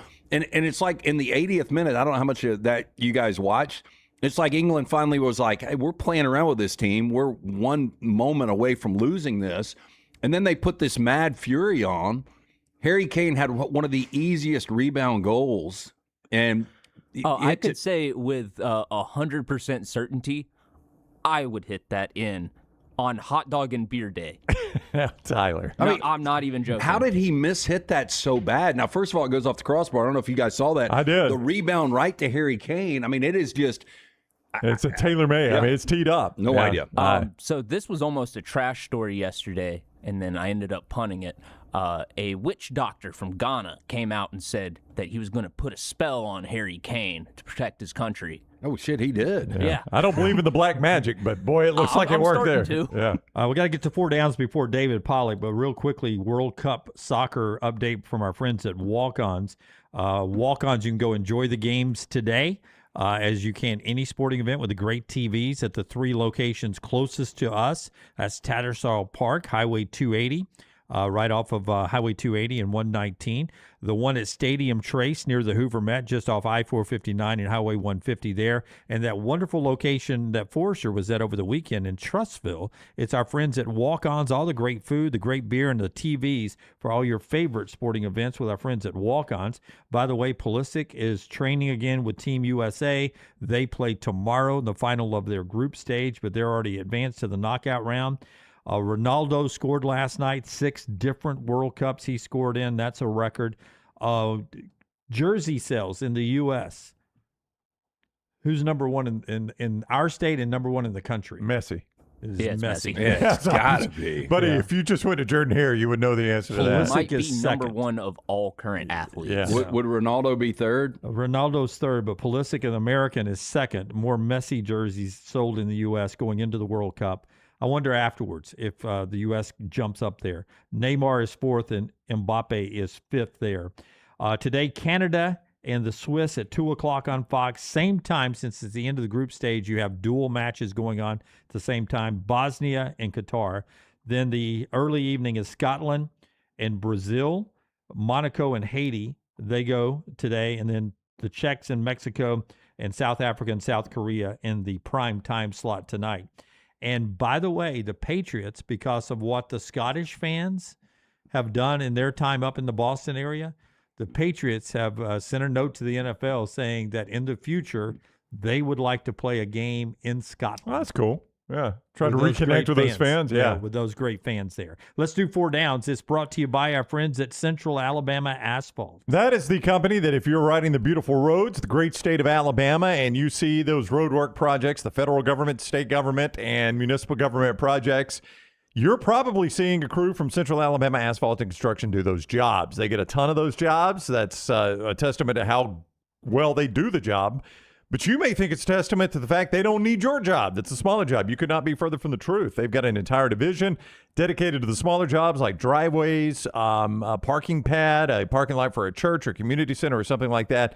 Same crews, same quality, same no excuse standards, no matter the size of the job. So for any job, big or small, call for an estimate, 205-349-0910, 205-349-0910, or centralalabamaasphalt.com. First down. Backroom guys will not remember this. I bet we all do. On this date in 1983, George Brett has a home run overturned for too much pine tar. Him running out of the dugout, he just looked like a complete madman lunatic. Yeah. Went crazy.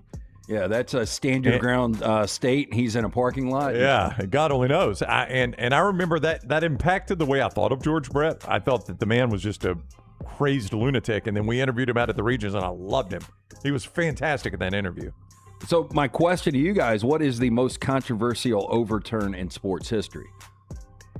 I think we brought it up earlier, the Ohio State Miami touchdown there. Yeah. Back in the end zone. Wasn't necessarily an overturn, but it was a late flag that overturned, the play by the Miami defender. I mean, the tug rule was pretty big, right? Oh, yeah.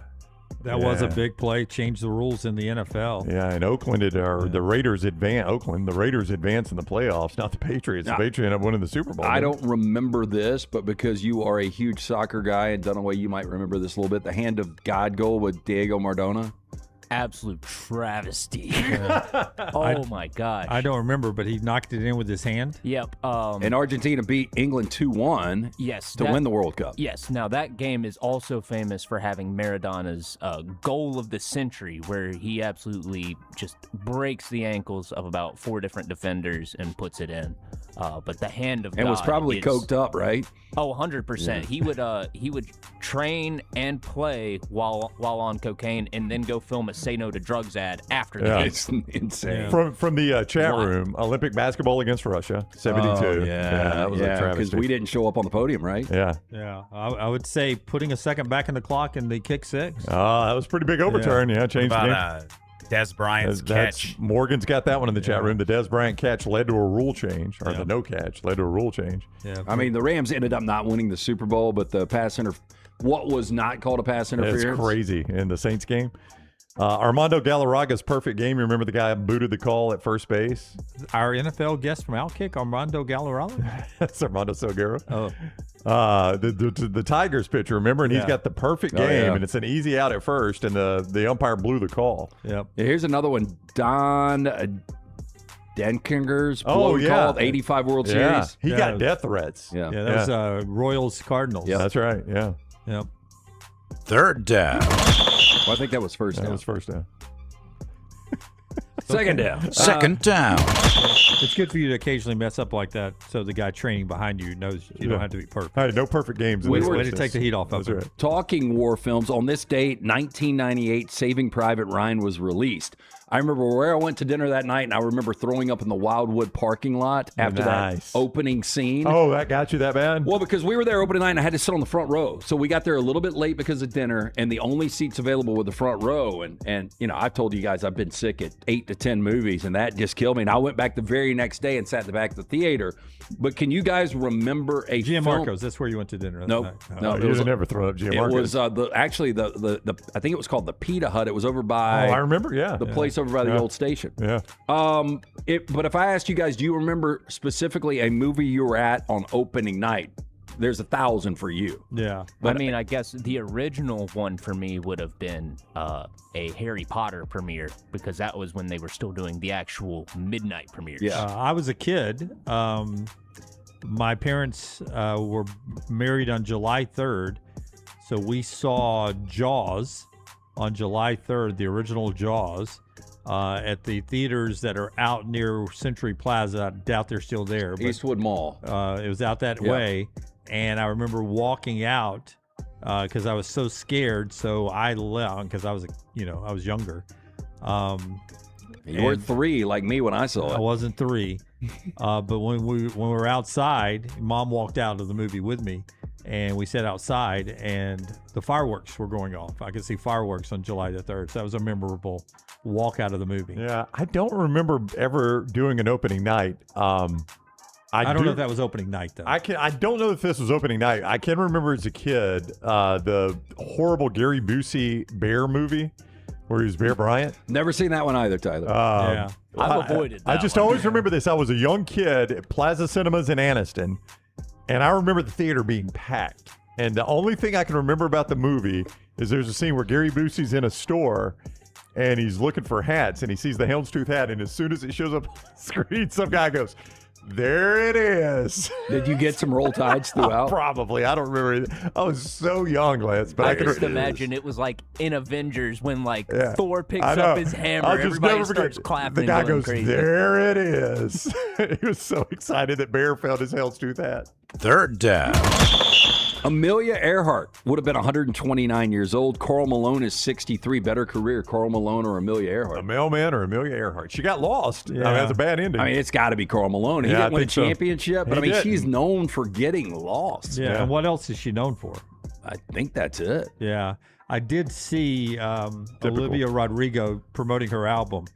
She got asked 4 people who are dead who you'd want to have dinner with. She did not say Amelia and Earhart. She said Amelia Earhart, so that as soon as she showed up, I'd take her coat and say, "What happened, girl?" And it would be a great question. Where you been? What happened? Yeah, it is a heck of a mystery. That's a fair question. Yeah.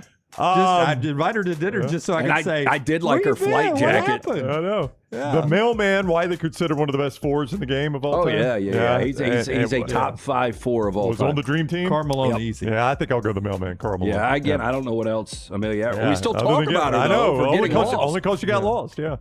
4th down. A little more difficult here. Jennifer Lopez, 57 years old today. Barry Bonds, 62. Now, Barry Bonds, the best baseball player I've ever seen. I never liked him, but I thought he was absolutely incredible. But J-Lo has done a million different things. I would go Barry Bonds, but internationally, I mean, where are you guys on J-Lo's this? still getting work. Now, that movie she just did is getting destroyed. Every movie she's in gets destroyed. Out of sight, really good, though. I'd go Barry Bonds. I think I would, too. I mean, what a great career from Jennifer Oh, Lopez. no doubt. I mean, she seems like a wonderful person. In her 50s at halftime, and it was all about her shaking her ass. It wasn't any. I mean, you guys remember that in the Shakira. I mean, that's all it was. So, Barry for me, but Jennifer Lopez. I mean, to hang on as long as she has. And she was an original Fly Girl on the sitcom. In Living Color. In Living Color. Yeah. And then she was Jenny from the Block, hiding guns for P. Diddy. Extensive resume. Yeah. I bet she saw some Dated A-Rod? Some. Yeah. Her and A-Rod were together quite a while. Yeah. Ben Affleck. I mean, she's gone through them. Jenny's been around in the chat says Ben Affleck would say Bonds. Oh, yeah. Probably. I think it would definitely go Bonds. Yeah. I would too. That is 4 Downs today, brought to you by our friends at Central Alabama Asphalt. Also today, the show being brought to you by our friends at Crane U, LT. Crane U wants to remind you, if you are interested or curious about a career in the crane industry, now is the time to make that call. The first big step is getting certified, becoming fully compliant. Crane U is here to guide you every single step of the way, from first-time operators to seasoned professionals seeking recertification. Their industry-leading training programs built for all experience levels, backed by a team with over 100 years of combined real-world expertise. Crane U delivers the knowledge, hands-on skills, and confidence you need to succeed in the field. For more information, craneu.com. That is craneu.com. Where did Wyndham Clark play golf? It was both Oregon and Oklahoma State. I think Oklahoma State was the second one. I think he transferred there. Yeah. On Pardon My Take yesterday, Wyndham Clark was asked to explain why in 2016 he tweeted simply, "I hate Baker Mayfield." Ooh. Turns out, he tells the folks at Pardon My Take in Barstool, I was just saying at the time, my girlfriend at the time cheated on me with Baker Mayfield. No. And so I just tweeted, "I hate Baker Mayfield." That's pretty funny. He goes on to say that he's a Baker Mayfield fan now, but at the time he didn't like Baker Mayfield. I did a little quick check. Baker met his wife in 2017. Okay. Whew. And they got married in 2019. Got in under the wire on that, yeah. Yeah, if Baker had got married in 2015, right, would have been a interesting comment from Wyndham Clark there. Just thought that was an interesting headline.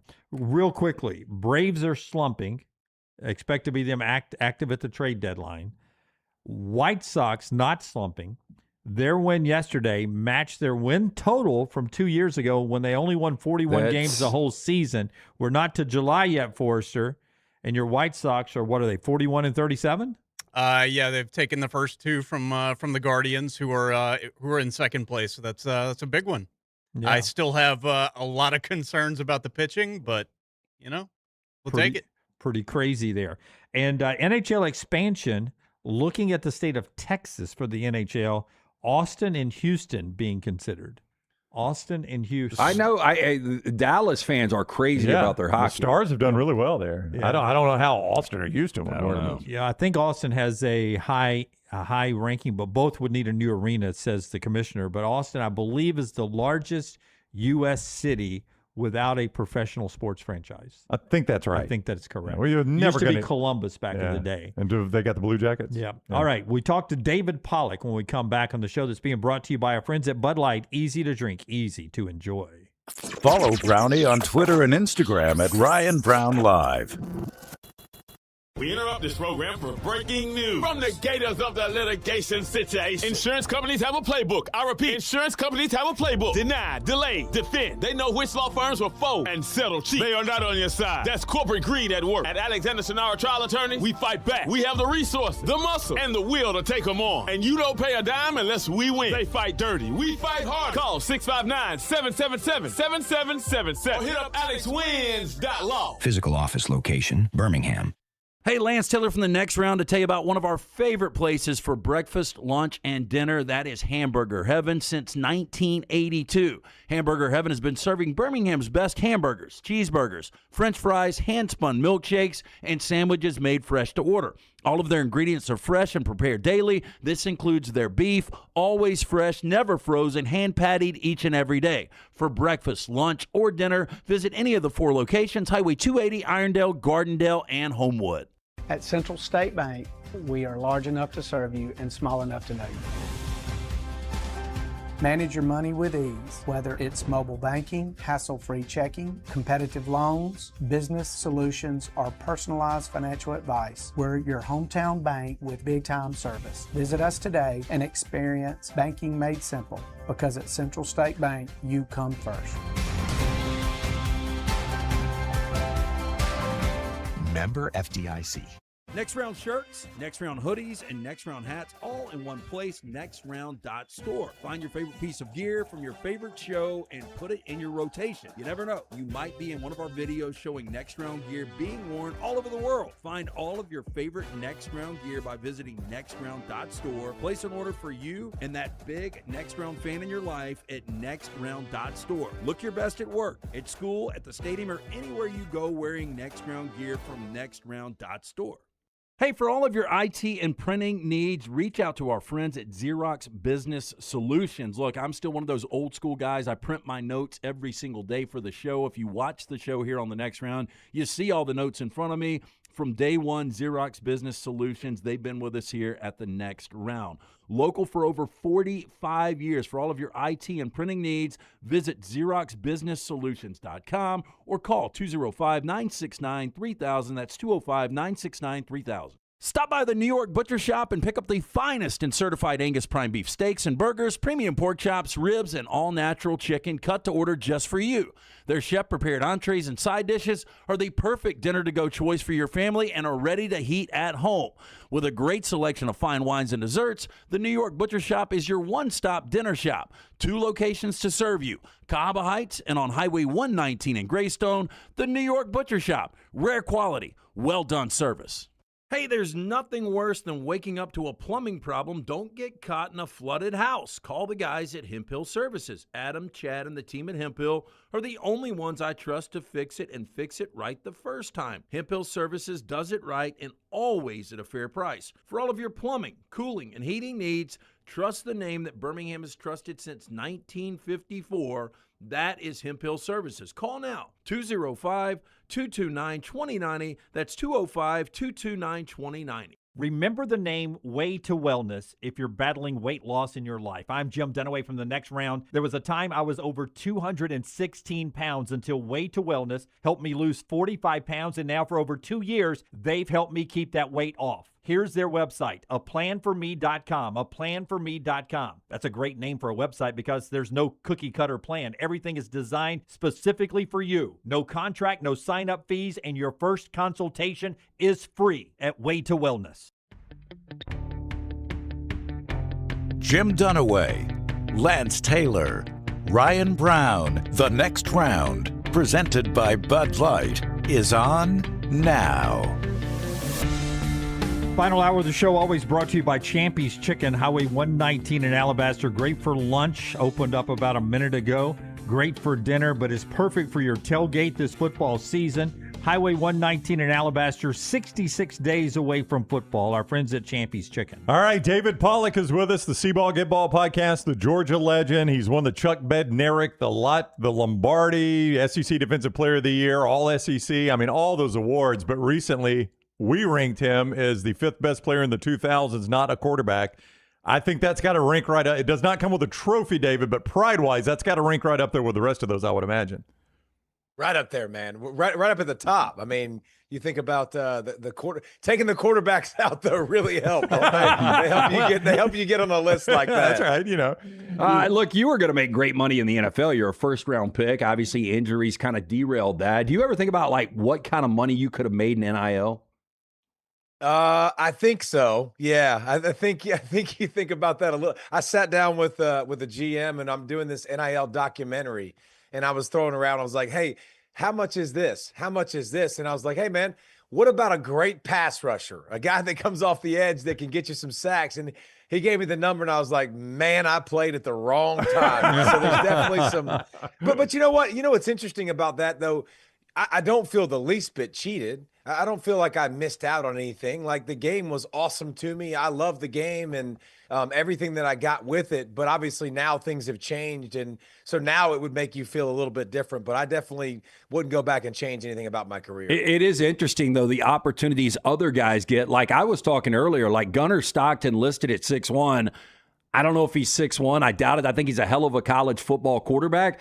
But he's one of those guys that can play out his eligibility and make millions of dollars, probably never playing at the next level. Yeah, I think that's awesome. That's something that we don't talk about probably enough, is guys that are going to be able to maximize their opportunity and their gifts and their talents and set their family ahead for the future, which is absolutely awesome because, you know, the freakazoids, the human freaks only get to that next level where it's, you know, 0.5% of people that can go play in the NFL. So to be able to maximize your gifts in this window, and again, nobody ever complained about an artist who was 18 years old that painted a masterpiece that sold for $3 million. Nobody complained about, you know, rappers or musicians who were in college that were 20 years old that were, you know, technically amateurs, you know, making money in their profession because they were able to go do that. So now these kids get that opportunity to go maximize it. And you hope it sets them up for the next 15, 20 years of their lives. You know, I'm interested. What do you remember about your recruitment? What sticks out when you think back to your days of being recruited? And now in today's age, you do so much work trying to teach the youth on and parents on how to handle their kids as they grow up from being 10 to 12 to 15 to 17-year-olds. What do you remember about your recruitment and advice you would give to parents who are going through that now? Well, you know, I just went through it. So that's kind of interesting, just as with my son and going to different universities and just seeing it. And the biggest thing that I would say is the same thing I said to him is, hey, bud, take a look around at all these guys that you're doing these visits with. Those are going to be the people you become. Like, whoever you spend the most time with, you're going to become. And so make sure you understand that. Hey, look around, man. Does this look like HOME? Because this is home.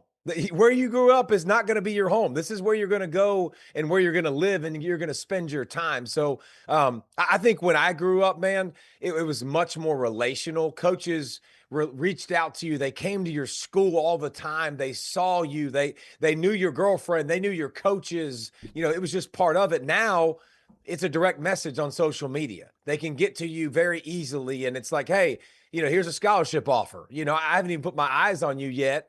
But I'm going to offer you a scholarship because that's the business. I want to be the first one, or I want to beat, you know, people to it. But it's a different world. But, you know, wherever you're going to go spend your time, if it's going to be for the money, so be it. But you got to realize, man, there is going to be development. There is going to be relationships. There is going to be you growing as a man into what you're going to grow, or a woman is what you're going to become.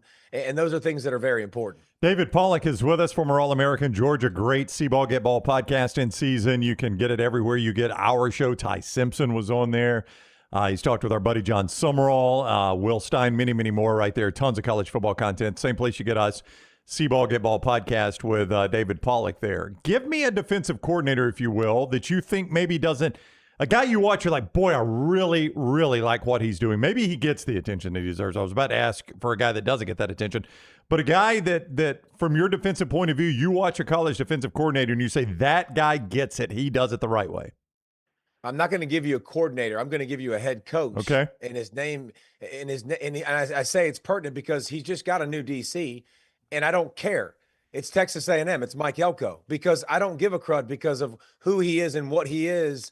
I just love when you watch him on tape and you start to say, okay, this is what they do. Like, they're going to do this in this alignment, and you're going to watch, and they're going to take advantage of this. And how does he always get a back matched up on a defensive end? Like, Mike Elko and his big brain, like, he gets stuff dialed up consistently. And when you think you kind of get a beat on what he's doing, it changes, and he has a little wrinkle to it. There's always something new. So, you know, they lost 10 guys to the NFL, went to the playoff last year, and lost a bunch of names and a bunch of faces, obviously, that we all know. But I don't expect things to change with A&M. They're not what they used to be. This is a team that's dialed in, and Elko's been the reason. So, although Alabama wins 11 games, goes to a college football playoff, plays for an SEC championship, and ends up in the top 10, Alabama fans, as you probably are aware, they're not sure about Kalen DeBoer.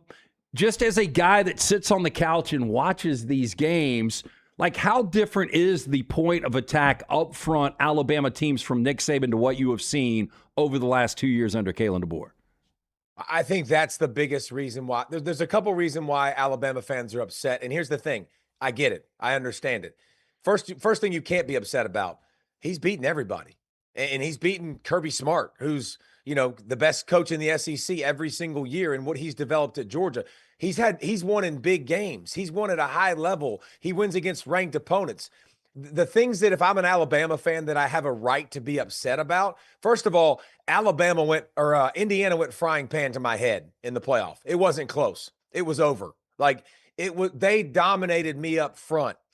It's the losses to the unranked teams. It's the not being ready to play. It's the Oklahoma loss a couple years ago. You're like, how does that happen? How do you lose to Oklahoma when they don't have a quarterback? They got issues all over the place. They're trying to figure things out. That's the kind of thing you do, and I think that's what you're frustrated with. Here's what I'm really interested to see. DeBoer's now got his guys, man. It's taken some time. He's had to recruit. He's recruited at a really high level. He's a really good football coach. They signed him to an extension, relieved some of the pressure. He jumped into an unwinnable situation. It doesn't matter what he did. He was following the best coach of all time. So I think he's done a really, really good job. You can't lose to unranked teams, and the inability to be physical and run the football, that has to sting. You have to. Here's the thing. You guys know this. What do you want to see with a coach? I want a clear identity. I want physicality, ideally, to be that identity. That hasn't been Alabama's. And to get back to some of that, I think would go a long way, because he does win against ranked opponents. He's won in big games. He's got to the college football playoff, and he's handled himself really well with considering all the expectations and things he's had to deal with. Obviously, you like Dabo and Clemson, or at least your son. He chose to go there to play tight end. We grew up with Dabo around these parts down here, and what he did against Nick Saban for that brief period of time, and then in 2019 against LSU was amazing. Yep. Is there still more good chapters left in Dabo's time at Clemson? Well, Dabo is a guy that's very clear in what he is and who he is, and he's not going to compromise that, and he's not going to change that. And with that comes what? Okay, if I don't go into the portal consistently and people leave consistently, that's a hard number, right? We're just mathing. Let's just math. If I lose, 10 or 12 and I'm only bringing in guys every year, and I'm not replacing those guys that I don't bring in, obviously it's not going to work. I think Dabo's got a Boulder-sized chip on his shoulder. I think Dabo works best with that chip on his shoulder, because guess what? He's had it his whole life. Y'all know him in Alabama, but y'all also know he walked on. Yeah. Right? He wasn't a guy that was highly recruited. And I think you see the momentum in this recruiting class from him. There's still a bunch of guys on this roster. There's still a top 10 team when it comes to, top 10 playmakers and receivers in the country. And they've got, defensive linemen that are still elite playmakers. They got to figure out the quarterback. I think bringing back Chad Morris really, really helps them and gives them a more offensive identity. I do think Dabo has more chapters left. I think he's primed for that. I think he really wants to prove people wrong. And I think he's gone about it his way, which is kind of cool. Now just continue to make tweaks and changes and adapt to the world a little bit. But I don't think Dabo's done. At this size right now, could you be as good of a tight end as your son? Did you have the hands? Kirk Herbstreit always said, dude, why didn't you play tight end? You should have played tight end. So listen, he's a lot longer than me. He's more athletic probably than I am and than I was, because he can jump out of the gym and he can do all that stuff. So I don't know. He don't want to put his hands on me. That I can promise you. He's not going to win in the phone booth. He don't want that smoke. David Pollack is with us on the Alexander Shenard Trial Attorneys Hotline. You mentioned Dabo, and I was just thinking about this. You brought up Kalen DeBoer as well, or Lance did, and you mentioned the expectations. We've talked about on this show, most coaches get compared to their peers. Kalen DeBoer, unfortunately for him, gets compared to Nick Saban. because of the job he took, right? And that is not a fair comparison. There really is not going to be another one of those. I don't know which one's tougher, though. That or for Dabo, he gets compared to himself. They're like, yeah, but you were a 14-game winner this many years ago or whatever. I'm not sure which one as a head coach is tougher, having to live up to the expectations you built for yourself or the expectations that the greatest who have ever done it built for you. I don't know which one's tougher, David. Well, at least it's you had to look at, not somebody else. That's a good one. And not somebody down the hall in Alabama that still has an office, right? Right. And that you probably hear about, consistently. But no, I think Dabo definitely has that. He has that pressure. Kalen has that pressure. But I'll say this about both of them. They kind of handle it pretty well. That they kind of, they're doing it their way. And I think that's what's most important. Listen, you can't lead in a way that's inauthentic to you.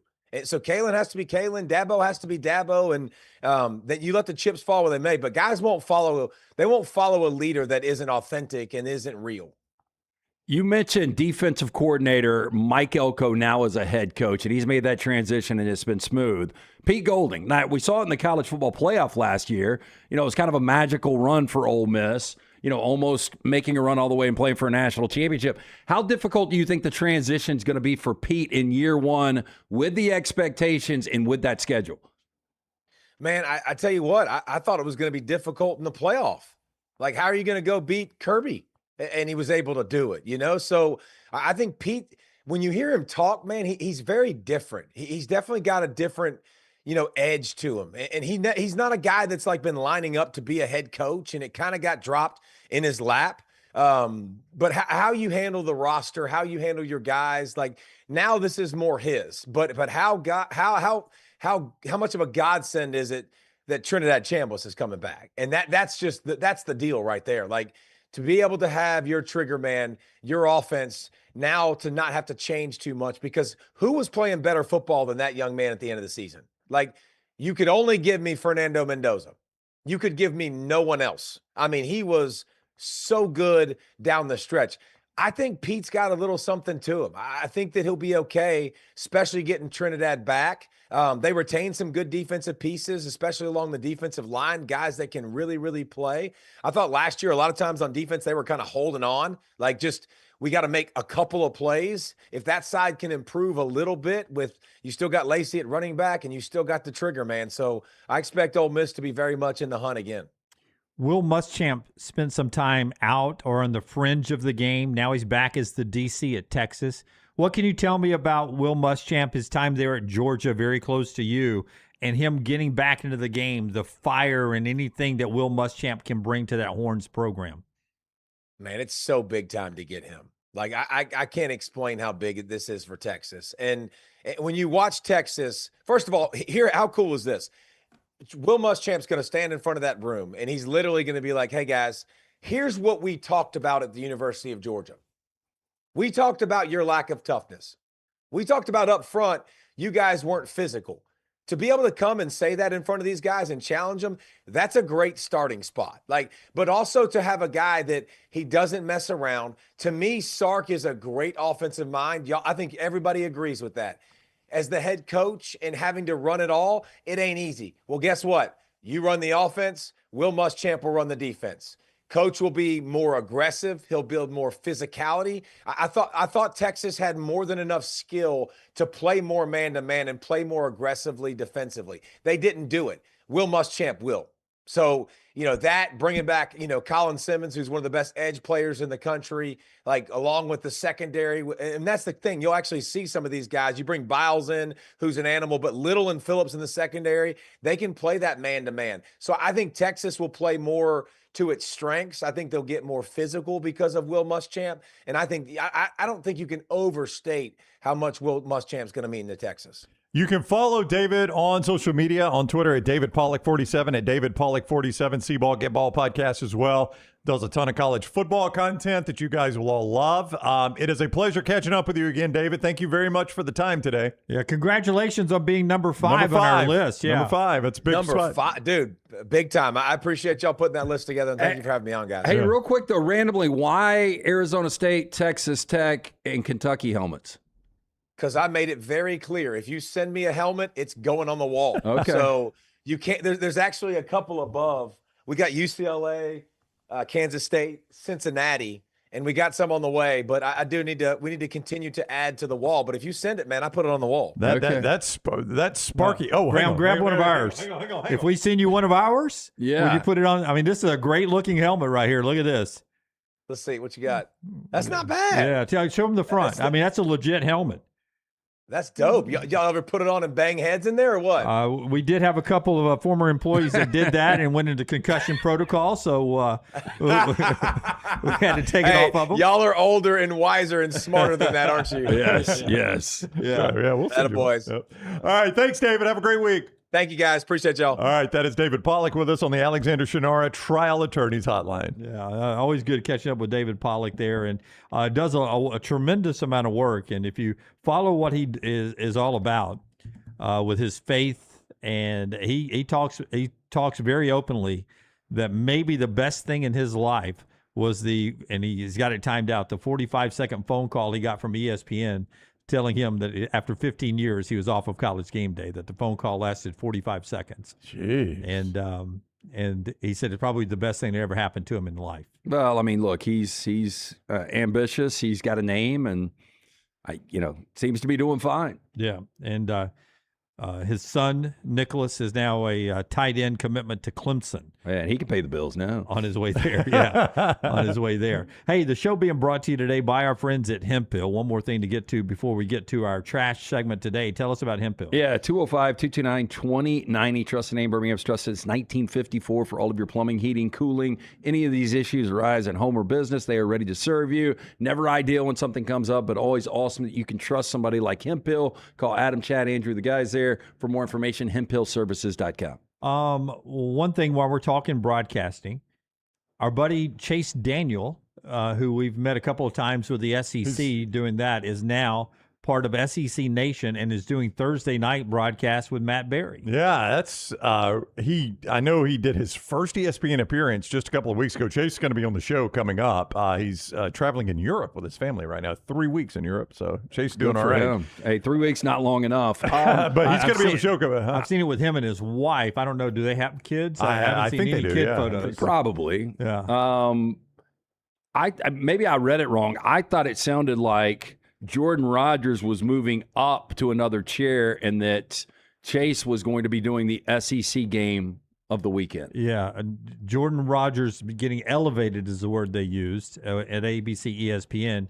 Chase Daniels replacing him on SEC Nation and is doing Thursday Night Football with Matt Berry, who's now the host of SEC Nation. Okay, but if he's getting elevated, he's not going to be doing that Saturday night game. Yeah, who's doing the Saturday night game? It does not say. Probably Chase. Maybe, or Tommy Cole. It says Chase is doing the Thursday night. They specifically say that. That was our buddy Luganville did that last year, that Thursday night game. So Luganville will get another broadcast team or slot there. I don't know about Tom Hart, Cole Kubelik, and the Jordan Rodgers thing, but it does look like Rodgers is moving out of that slot. Yeah. That was pretty cool, though. Chase was pumped about his first ESPN appearance ever just a couple of weeks ago, and now obviously it is, this was in the works, so good for him. And Linda Cohn, this was big yesterday, walking away after 34 years. She's done more sports centers than anybody else in the history of Sports Center, over 5,500 sports centers. Yeah. I wonder if this was mutual. Well, it's 34 years. She's been doing it a long time. Yeah, but she just got a contract extension last year. Yeah, she calls her own shots on her way out of there. So absolutely, it was mutual. I would hope. I think she deserves that. I mean, she is, there are some. I mean, she was one of the originals. Yeah, I mean, there are some ESPN Mount Rushmore people. She is in the discussion. I mean, I don't know her age, but just think about it. If she started at 22, which she didn't, she's got to be 70s. 56. Yeah. So she's got to be in her 60s. Yeah, but I think when you look at Bob Lee, Tom Meese, Chris Berman, Dan Patrick. I know Patrick wasn't an original. I put her in front of Patrick. I mean, not talent-wise. I'm just talking about with I can't think entrenched in ESPN. Charlie Steiner. You remember Charlie Steiner doing Sports Centers back in the day? Yeah. Nicole Briscoe, I enjoy her. I don't see much of her. Yeah, she does a lot of the early mornings, I think, because of her family. Okay. She does a lot of early mornings, I think early morning weekends. But I always enjoyed Linda Cohn. Big hockey fan. Yeah, she really liked hockey. Hannah Storm, I like her. Yeah. But a lot of the people who have churned through that have anchored SportsCenter on not just a one and done, right, but on a continual basis. There's not a ton of them that have been SportsCenter anchors that I've liked more than those three right there. And Linda Cohn, probably my favorite. Yeah. She was, is it Charlie Stein that her and Charlie were teamed up a lot? I think so. I think Linda Cohn and Charlie Steiner were They were had the sort team. of a. Yeah, they used to do the teams like that with Dan Patrick and Keith Olbermann, her and Steiner. Yeah, because in the mornings they got two dudes now that. Yeah, SportsCenter that's all they is do a is shell of play itself, off each though. other. I mean, really, the only SportsCenter I ever even catch anymore is SVP after Monday Night Football. Yeah.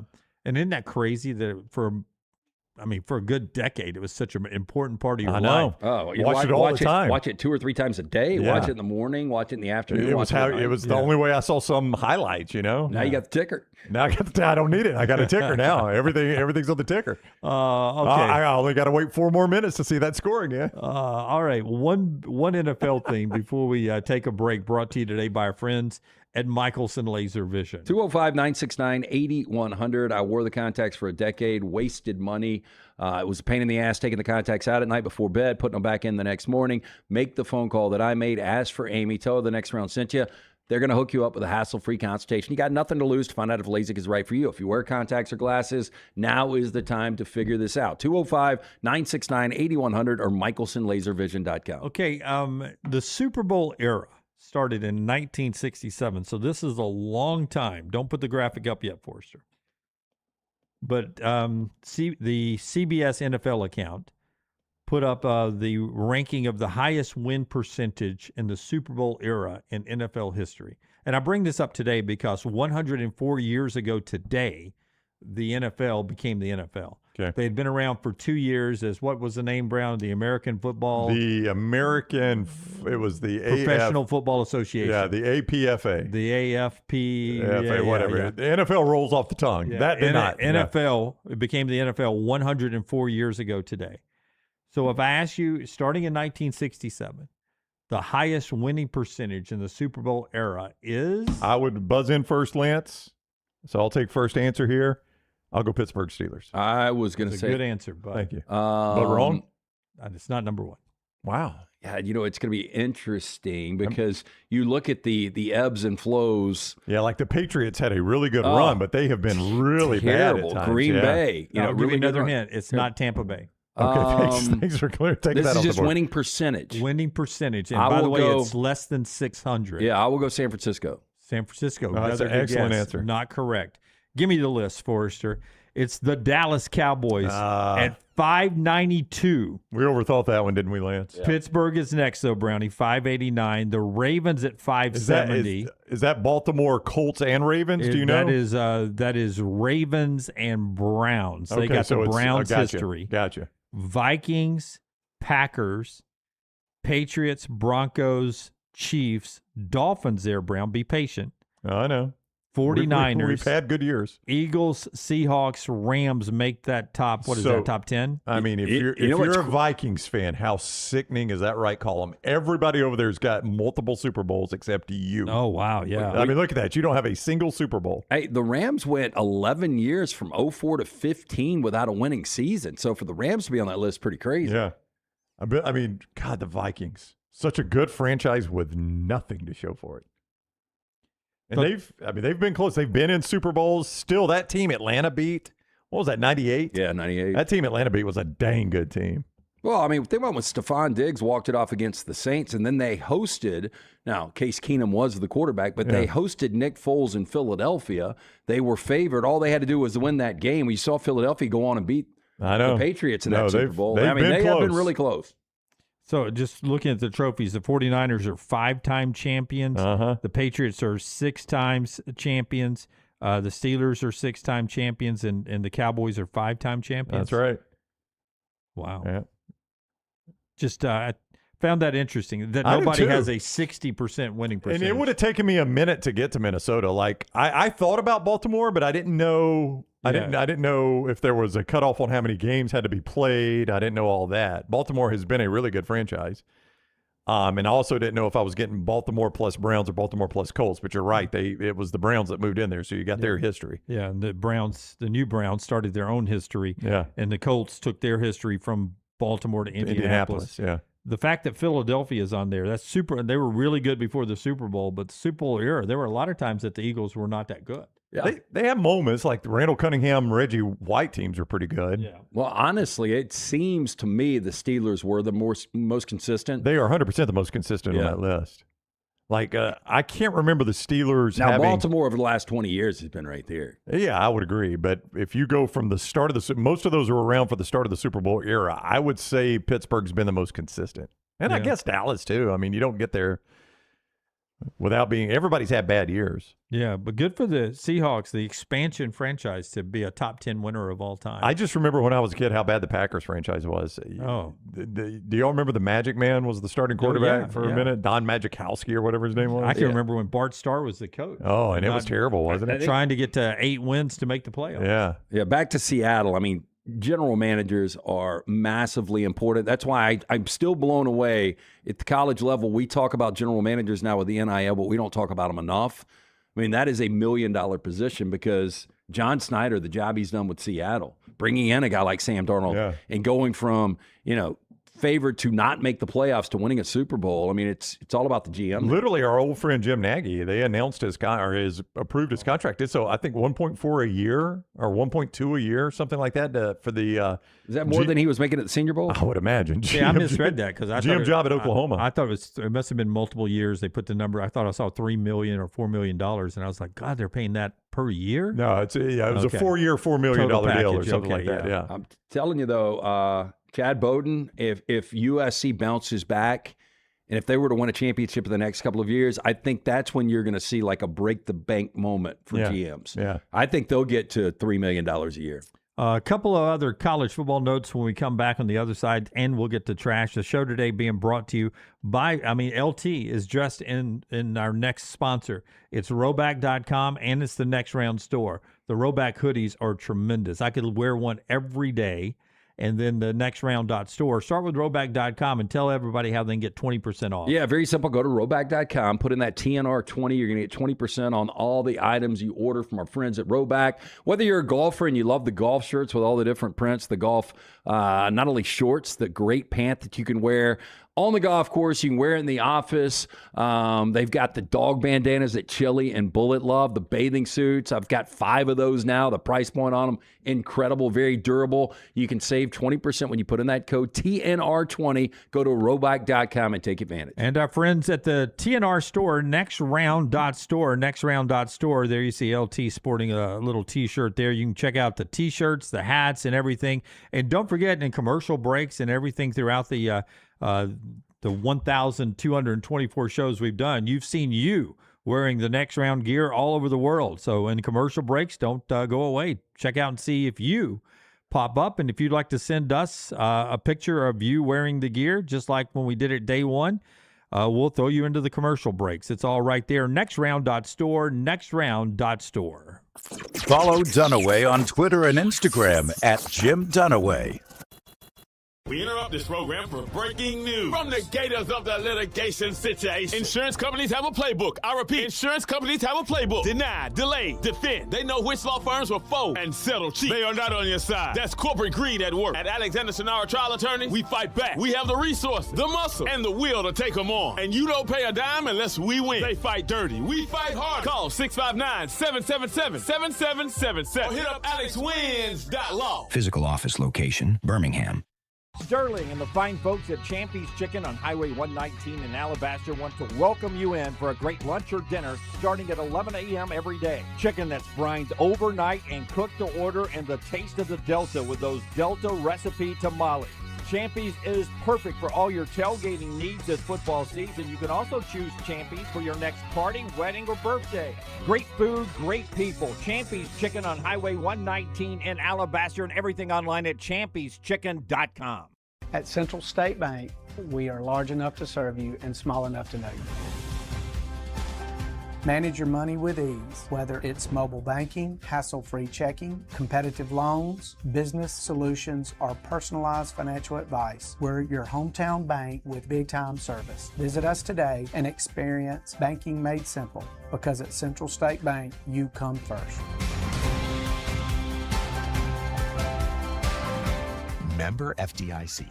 Never miss anything from the next round when you listen on demand through the podcast platform of your choice, Apple, Spotify, iHeart, or Google Podcast, wherever you listen. Always like, follow, subscribe, turn on automatic download so you can catch every part of the next round. Listen anywhere in the world, anytime on the Next Round podcast feed, and support the show by following, subscribing, and turning on automatic downloads on any podcast platform. Listen anywhere in the world, anytime on the Next Round podcast feed. Thanks for always making the Next Round a big part of your day.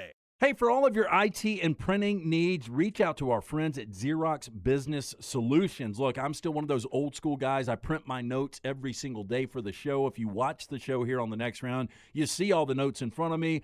From day one, Xerox Business Solutions, they've been with us here at the Next Round. Local for over 45 years. For all of your IT and printing needs, visit XeroxBusinessSolutions.com or call 205-969-3000. That's 205-969-3000. Stop by the New York Butcher Shop and pick up the finest in certified Angus prime beef steaks and burgers, premium pork chops, ribs, and all-natural chicken cut to order just for you. Their chef-prepared entrees and side dishes are the perfect dinner-to-go choice for your family and are ready to heat at home. With a great selection of fine wines and desserts, the New York Butcher Shop is your one-stop dinner shop. 2 locations to serve you, Cahaba Heights and on Highway 119 in Greystone. The New York Butcher Shop, rare quality, well-done service. Hey, there's nothing worse than waking up to a plumbing problem. Don't get caught in a flooded house. Call the guys at Hemp Hill Services. Adam, Chad, and the team at Hemp Hill are the only ones I trust to fix it and fix it right the first time. Hemp Hill Services does it right and always at a fair price. For all of your plumbing, cooling, and heating needs, trust the name that Birmingham has trusted since 1954. That is Hemp Hill Services. Call now, 205-229-2090. That's 205-229-2090. Hey, let me tell you about our friends at Urology Centers of Alabama. Compassionate and comprehensive urological care with 35 physicians, 17 locations across Alabama. Their patient-centered approach to all of your urological needs. Remember, they've got that new men's health center. It is beautiful, helping men with a wide range of sensitive male issues in a comfortable environment. You can always go online, visit urologycentersalabama.com, schedule an appointment with one of their many urologists today.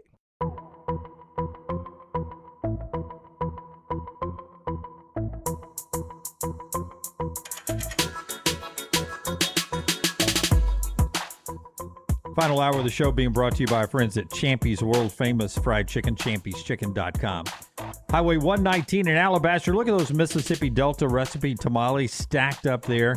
You can get them in 3 or 7, I think, and then just a whole bushel of them if you want to take to a tailgate in 66 days. They are so freaking good. A bushel.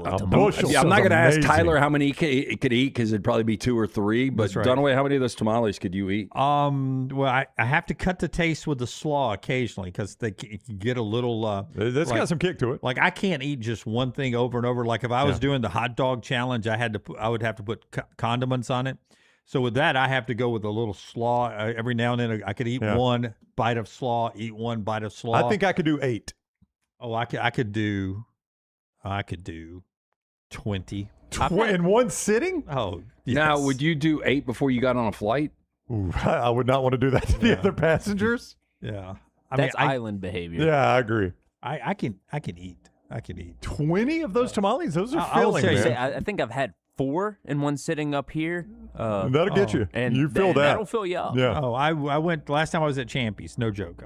But by the way, real quick before you get to it, 3 slaw while I was waiting with my Diet Coke. While I was waiting for my 2 huge breast, 2 sides. Gosh. And a slice of caramel cake. Big back. I was going to say, I would think though, one-on-one, it would be easier to eat more tamales than his chicken fingers. Those chicken fingers are so big. I would agree. I think I could go tamale versus chicken finger. I'd get more tamales than chicken fingers. I would agree. Yeah. Yeah.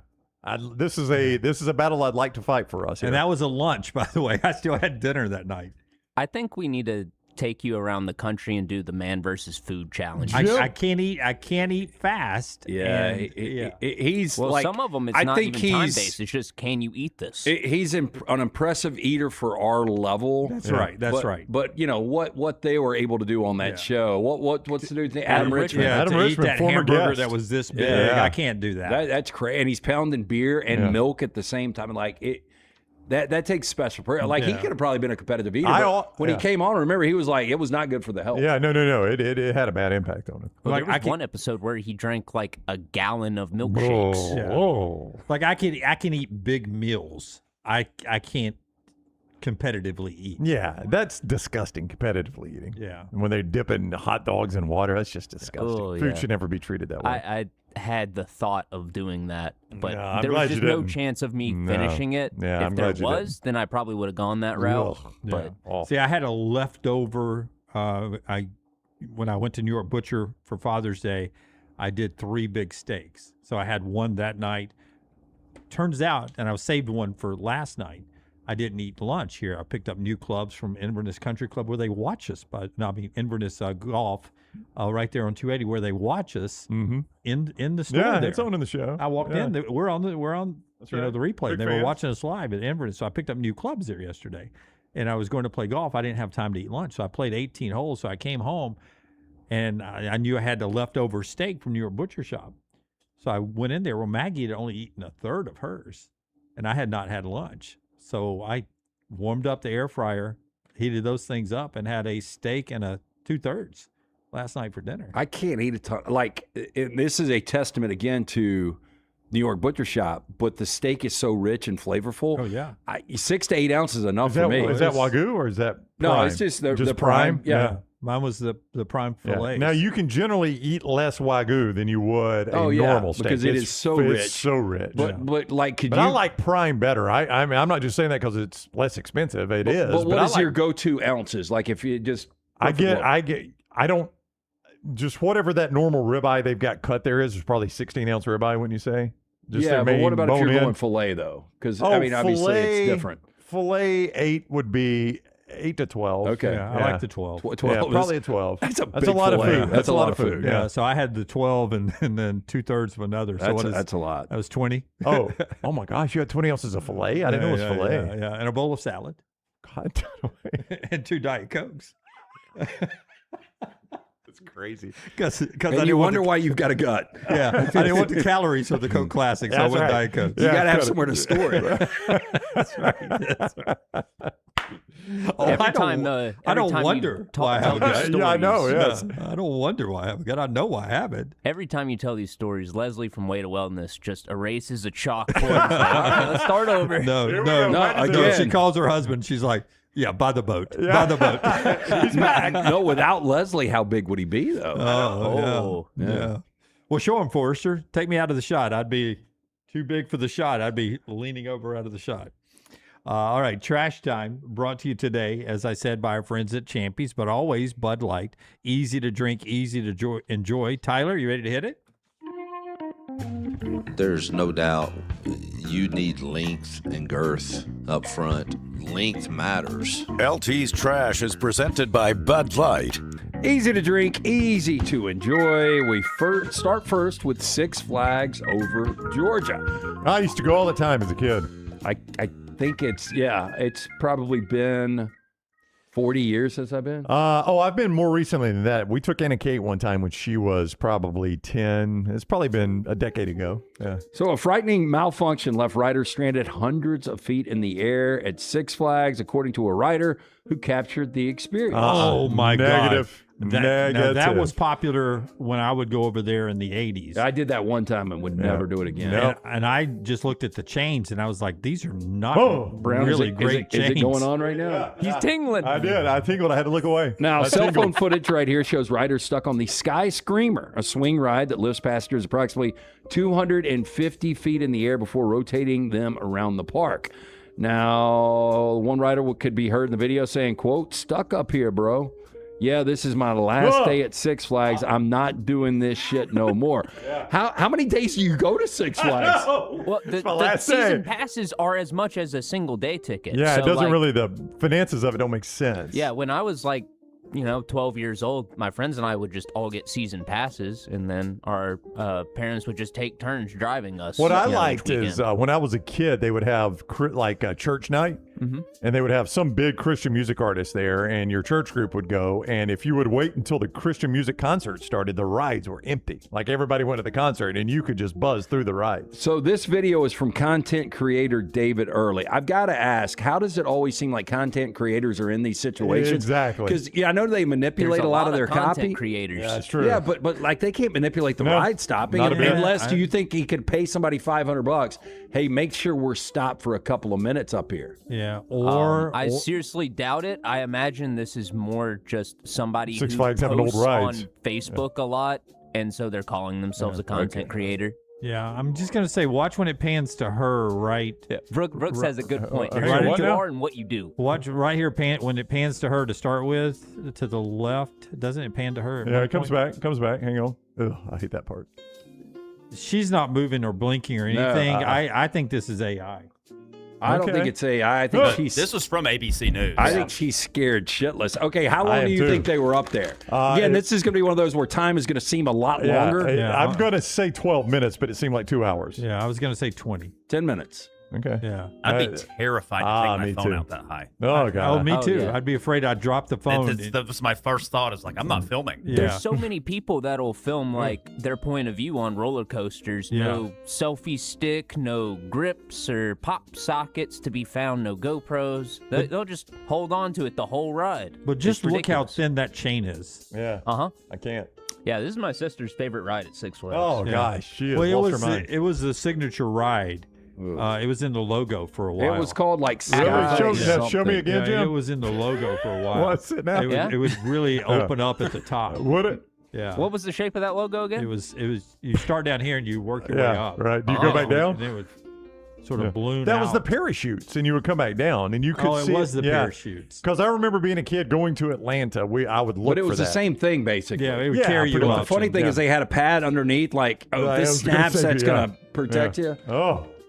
Amazon delivery driver was caught on camera turning a Midwest couple's immaculate front lawn into her own private driveway. I saw this morning. I almost sent it for trash. Steering a blue Toyota, by the way, straight over the grass before carrying a package just yards to the front door. Now, jaw-dropping surveillance footage shows the driver bypassing the actual driveway and paved walkway at this Indiana farm property, instead cutting right across the bright green lawn around 7:30 a.m. on June 21st. Now, the car can be seen leaving a dark, looping trail across freshly mowed grass as it made its way towards the front of the house. No way. At one Yes. point, the driver appears to make a three-point turn, carving even more tire tracks into the grass, leaving a broad arc through the soft turf and a crisscross pattern of tire marks behind. Now, the driver, who appears to be wearing an Amazon delivery vest, I don't think appears, I think It it's looked confirmed, pretty obvious, yeah. gets out, retrieves a cardboard package from the car. She is then seen walking, as you guys just saw, across the lawn with a box before placing it on the front porch. Now, Brian McGill, 49, and Alicia McGill, 47, own the Indiana farm property, run a YouTube channel together. Of course. How about this? Of course. Yeah. The couple's footage shows their large, neatly maintained front yard.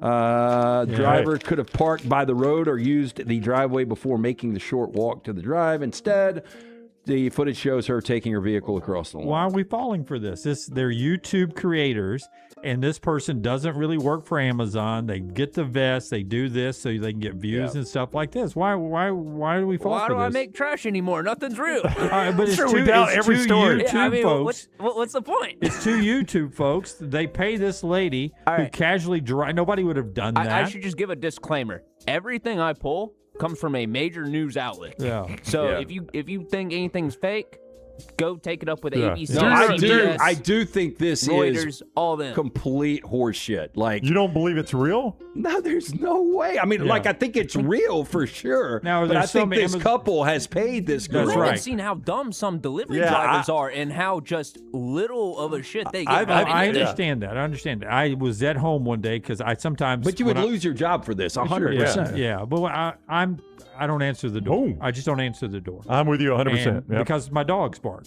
But sometimes the Amazon people start barking when the gate opens and they're inside. But I've seen them before. When I hear them start barking and they hear the truck, I've peeked outside to see what's going on, and I've seen them walk up and throw my box, not even open the gate, throw my box onto the little patio up there, probably about 20 feet, throwing it, not even opening the gate, just getting out, walking to the gate. Wonder if it was fine china. Don't think they care. Yeah, I think it was Maggie's diploma from Duke. Oh, wow. Not framed, just it said do not fold, so they didn't fold it, they threw it. North Carolina fans. Yeah. They didn't fold it. They just drop kicked it across your yard. I'm with Tyler here. I don't know if it's real or not. I don't know if this was set up or not, but I do think y'all discount some of the dumb people we live with in this world if you don't think somebody would drive up in a yard like this. I think it's real because I've seen how, there was a woman that delivered something to my house yesterday. I was on the spin bike in the garage. She walked past the front porch all the way up the driveway and asked me if I wanted the package to be left on the front porch while I was working out. And I said, yes, please. Just take it back to the front porch if you don't mind.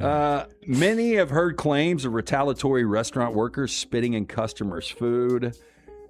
A lot of people believe it's an urban legend. Unfortunately, it should be an urban legend, but it's not. McCurtain County, Oklahoma, former Arby's manager is charged with felony poisoning, accused of spitting in a woman's food, and as a result, giving her herpes. Oh, no. Ooh. Quote, I loved Arby's. Not anymore, says Jenica Church after a long night of bartending. Now, Church stopped at an Arby's in Broken Bow, Oklahoma. Quote, it was taking a little bit of time. I thought they were mad at me because it was about to close. Church said she had a little history with Amanda Hendricks, the manager at the time, but nothing major. She went home, ate, shared sandwiches with her father-in-law and grandmother-in-law. Church lives in a home with her husband, kids, and paternal grandparents. After that night, Church's mouth flared up. She said that had never happened. A doctor later diagnosed her with herpes. Because Broken Bow is a small town, word travels fast. Church says Hendricks has been bragging about spitting in Church's sandwiches, and Church's daughter heard about it as well. Now, according to the affidavit, Broken Bow police officers said they pulled cameras from Arby's and saw Hendricks spit in the food. This is actually legitimate. Hendricks has been charged with felony poisoning. A warrant has been issued for her arrest. I cannot imagine the lawsuit that she is going to get. This could be the death knell for Arby's. It could be. Yeah.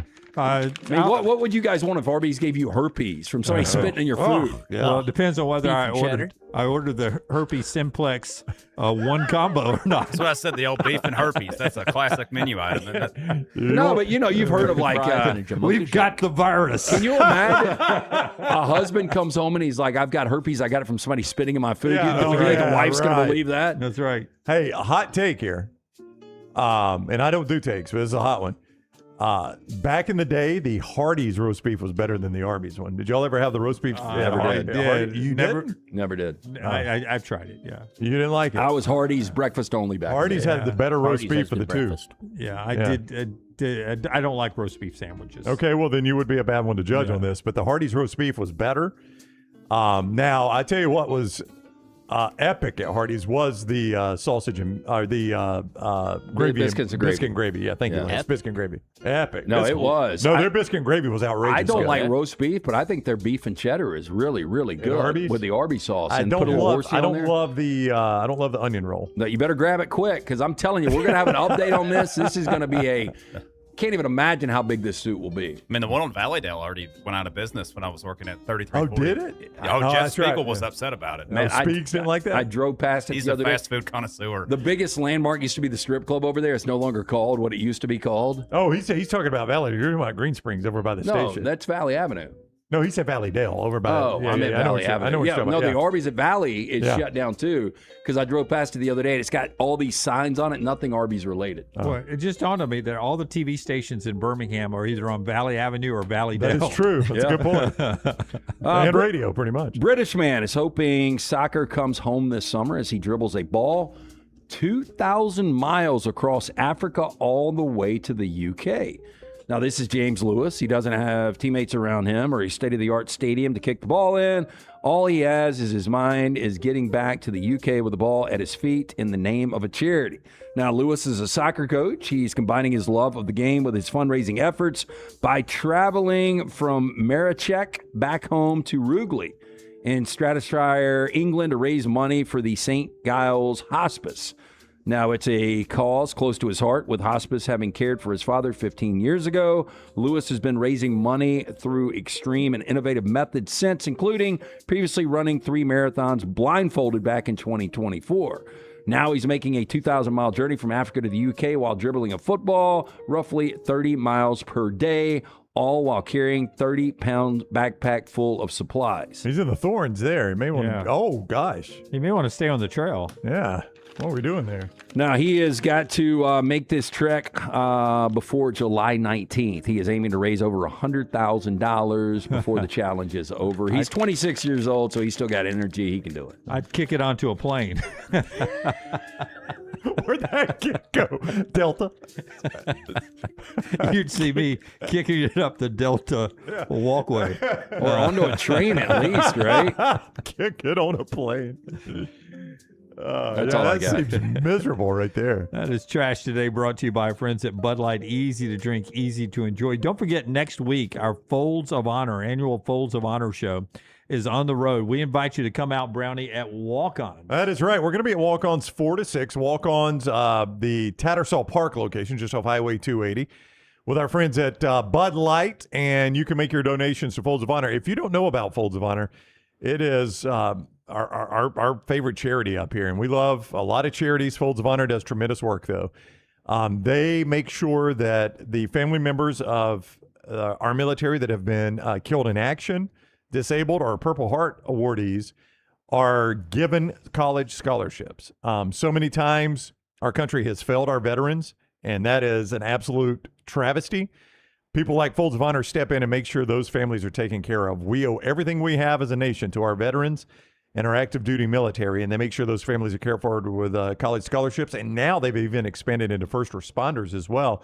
So if you want to help, come by, have some fun with us, 4 to 6 next Wednesday night, 1 week from tonight. Enjoy some great food at Walk-Ons and make a great donation to our friends at Folds of Honor. Yeah, 4 to 6 next Wednesday, Highway 28119, Tattersall Park, Walk-Ons. $2 bottles, $3 16-ounce drafts all day, not just when we're there, all day long, benefiting our friends at Folds of Honor of Alabama. Thank you to Walk-Ons, and thank you to Budweiser, Bud Light, Adams, and the fine folks there for supporting Folds of Honor like they do every year.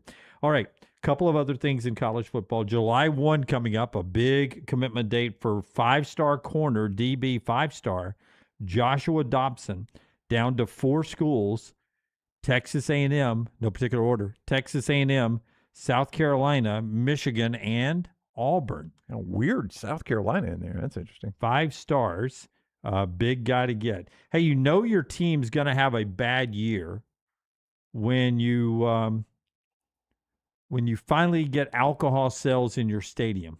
This year, alcohol sales in your stadium for the first time ever, Jack Trice Stadium at Iowa State. Gone is Matt Campbell. Gone is Rocco Beck. Gone is about 20-plus players. Yeah, gone's a lot of wins, so you got to numb the numb the pain with some cold beer. And then we end. I'm surprised they didn't have it before. Me too. It seemed like one of those crowds. And then we end with what was debated to be a trash story or not. And this one is, I only know the headline. For the rest of the story, Forrester is going to jump in and tell us about the renovations at Citadel on their football stadium. Okay. And what they have uncovered as they get ready to expand and rebuild part of their football stadium. Forrester brought this to my attention. It was debated trash or not. And we had to get it on today because everybody will be talking about it tonight. Forrester, what are they doing at the Citadel and what have they found? So I'm going to bring up Brooks's graphic here that he's released on it. Apparently, this is a semi-known thing to some, but there are at least 50 unmarked graves underneath the Citadel's football stadium.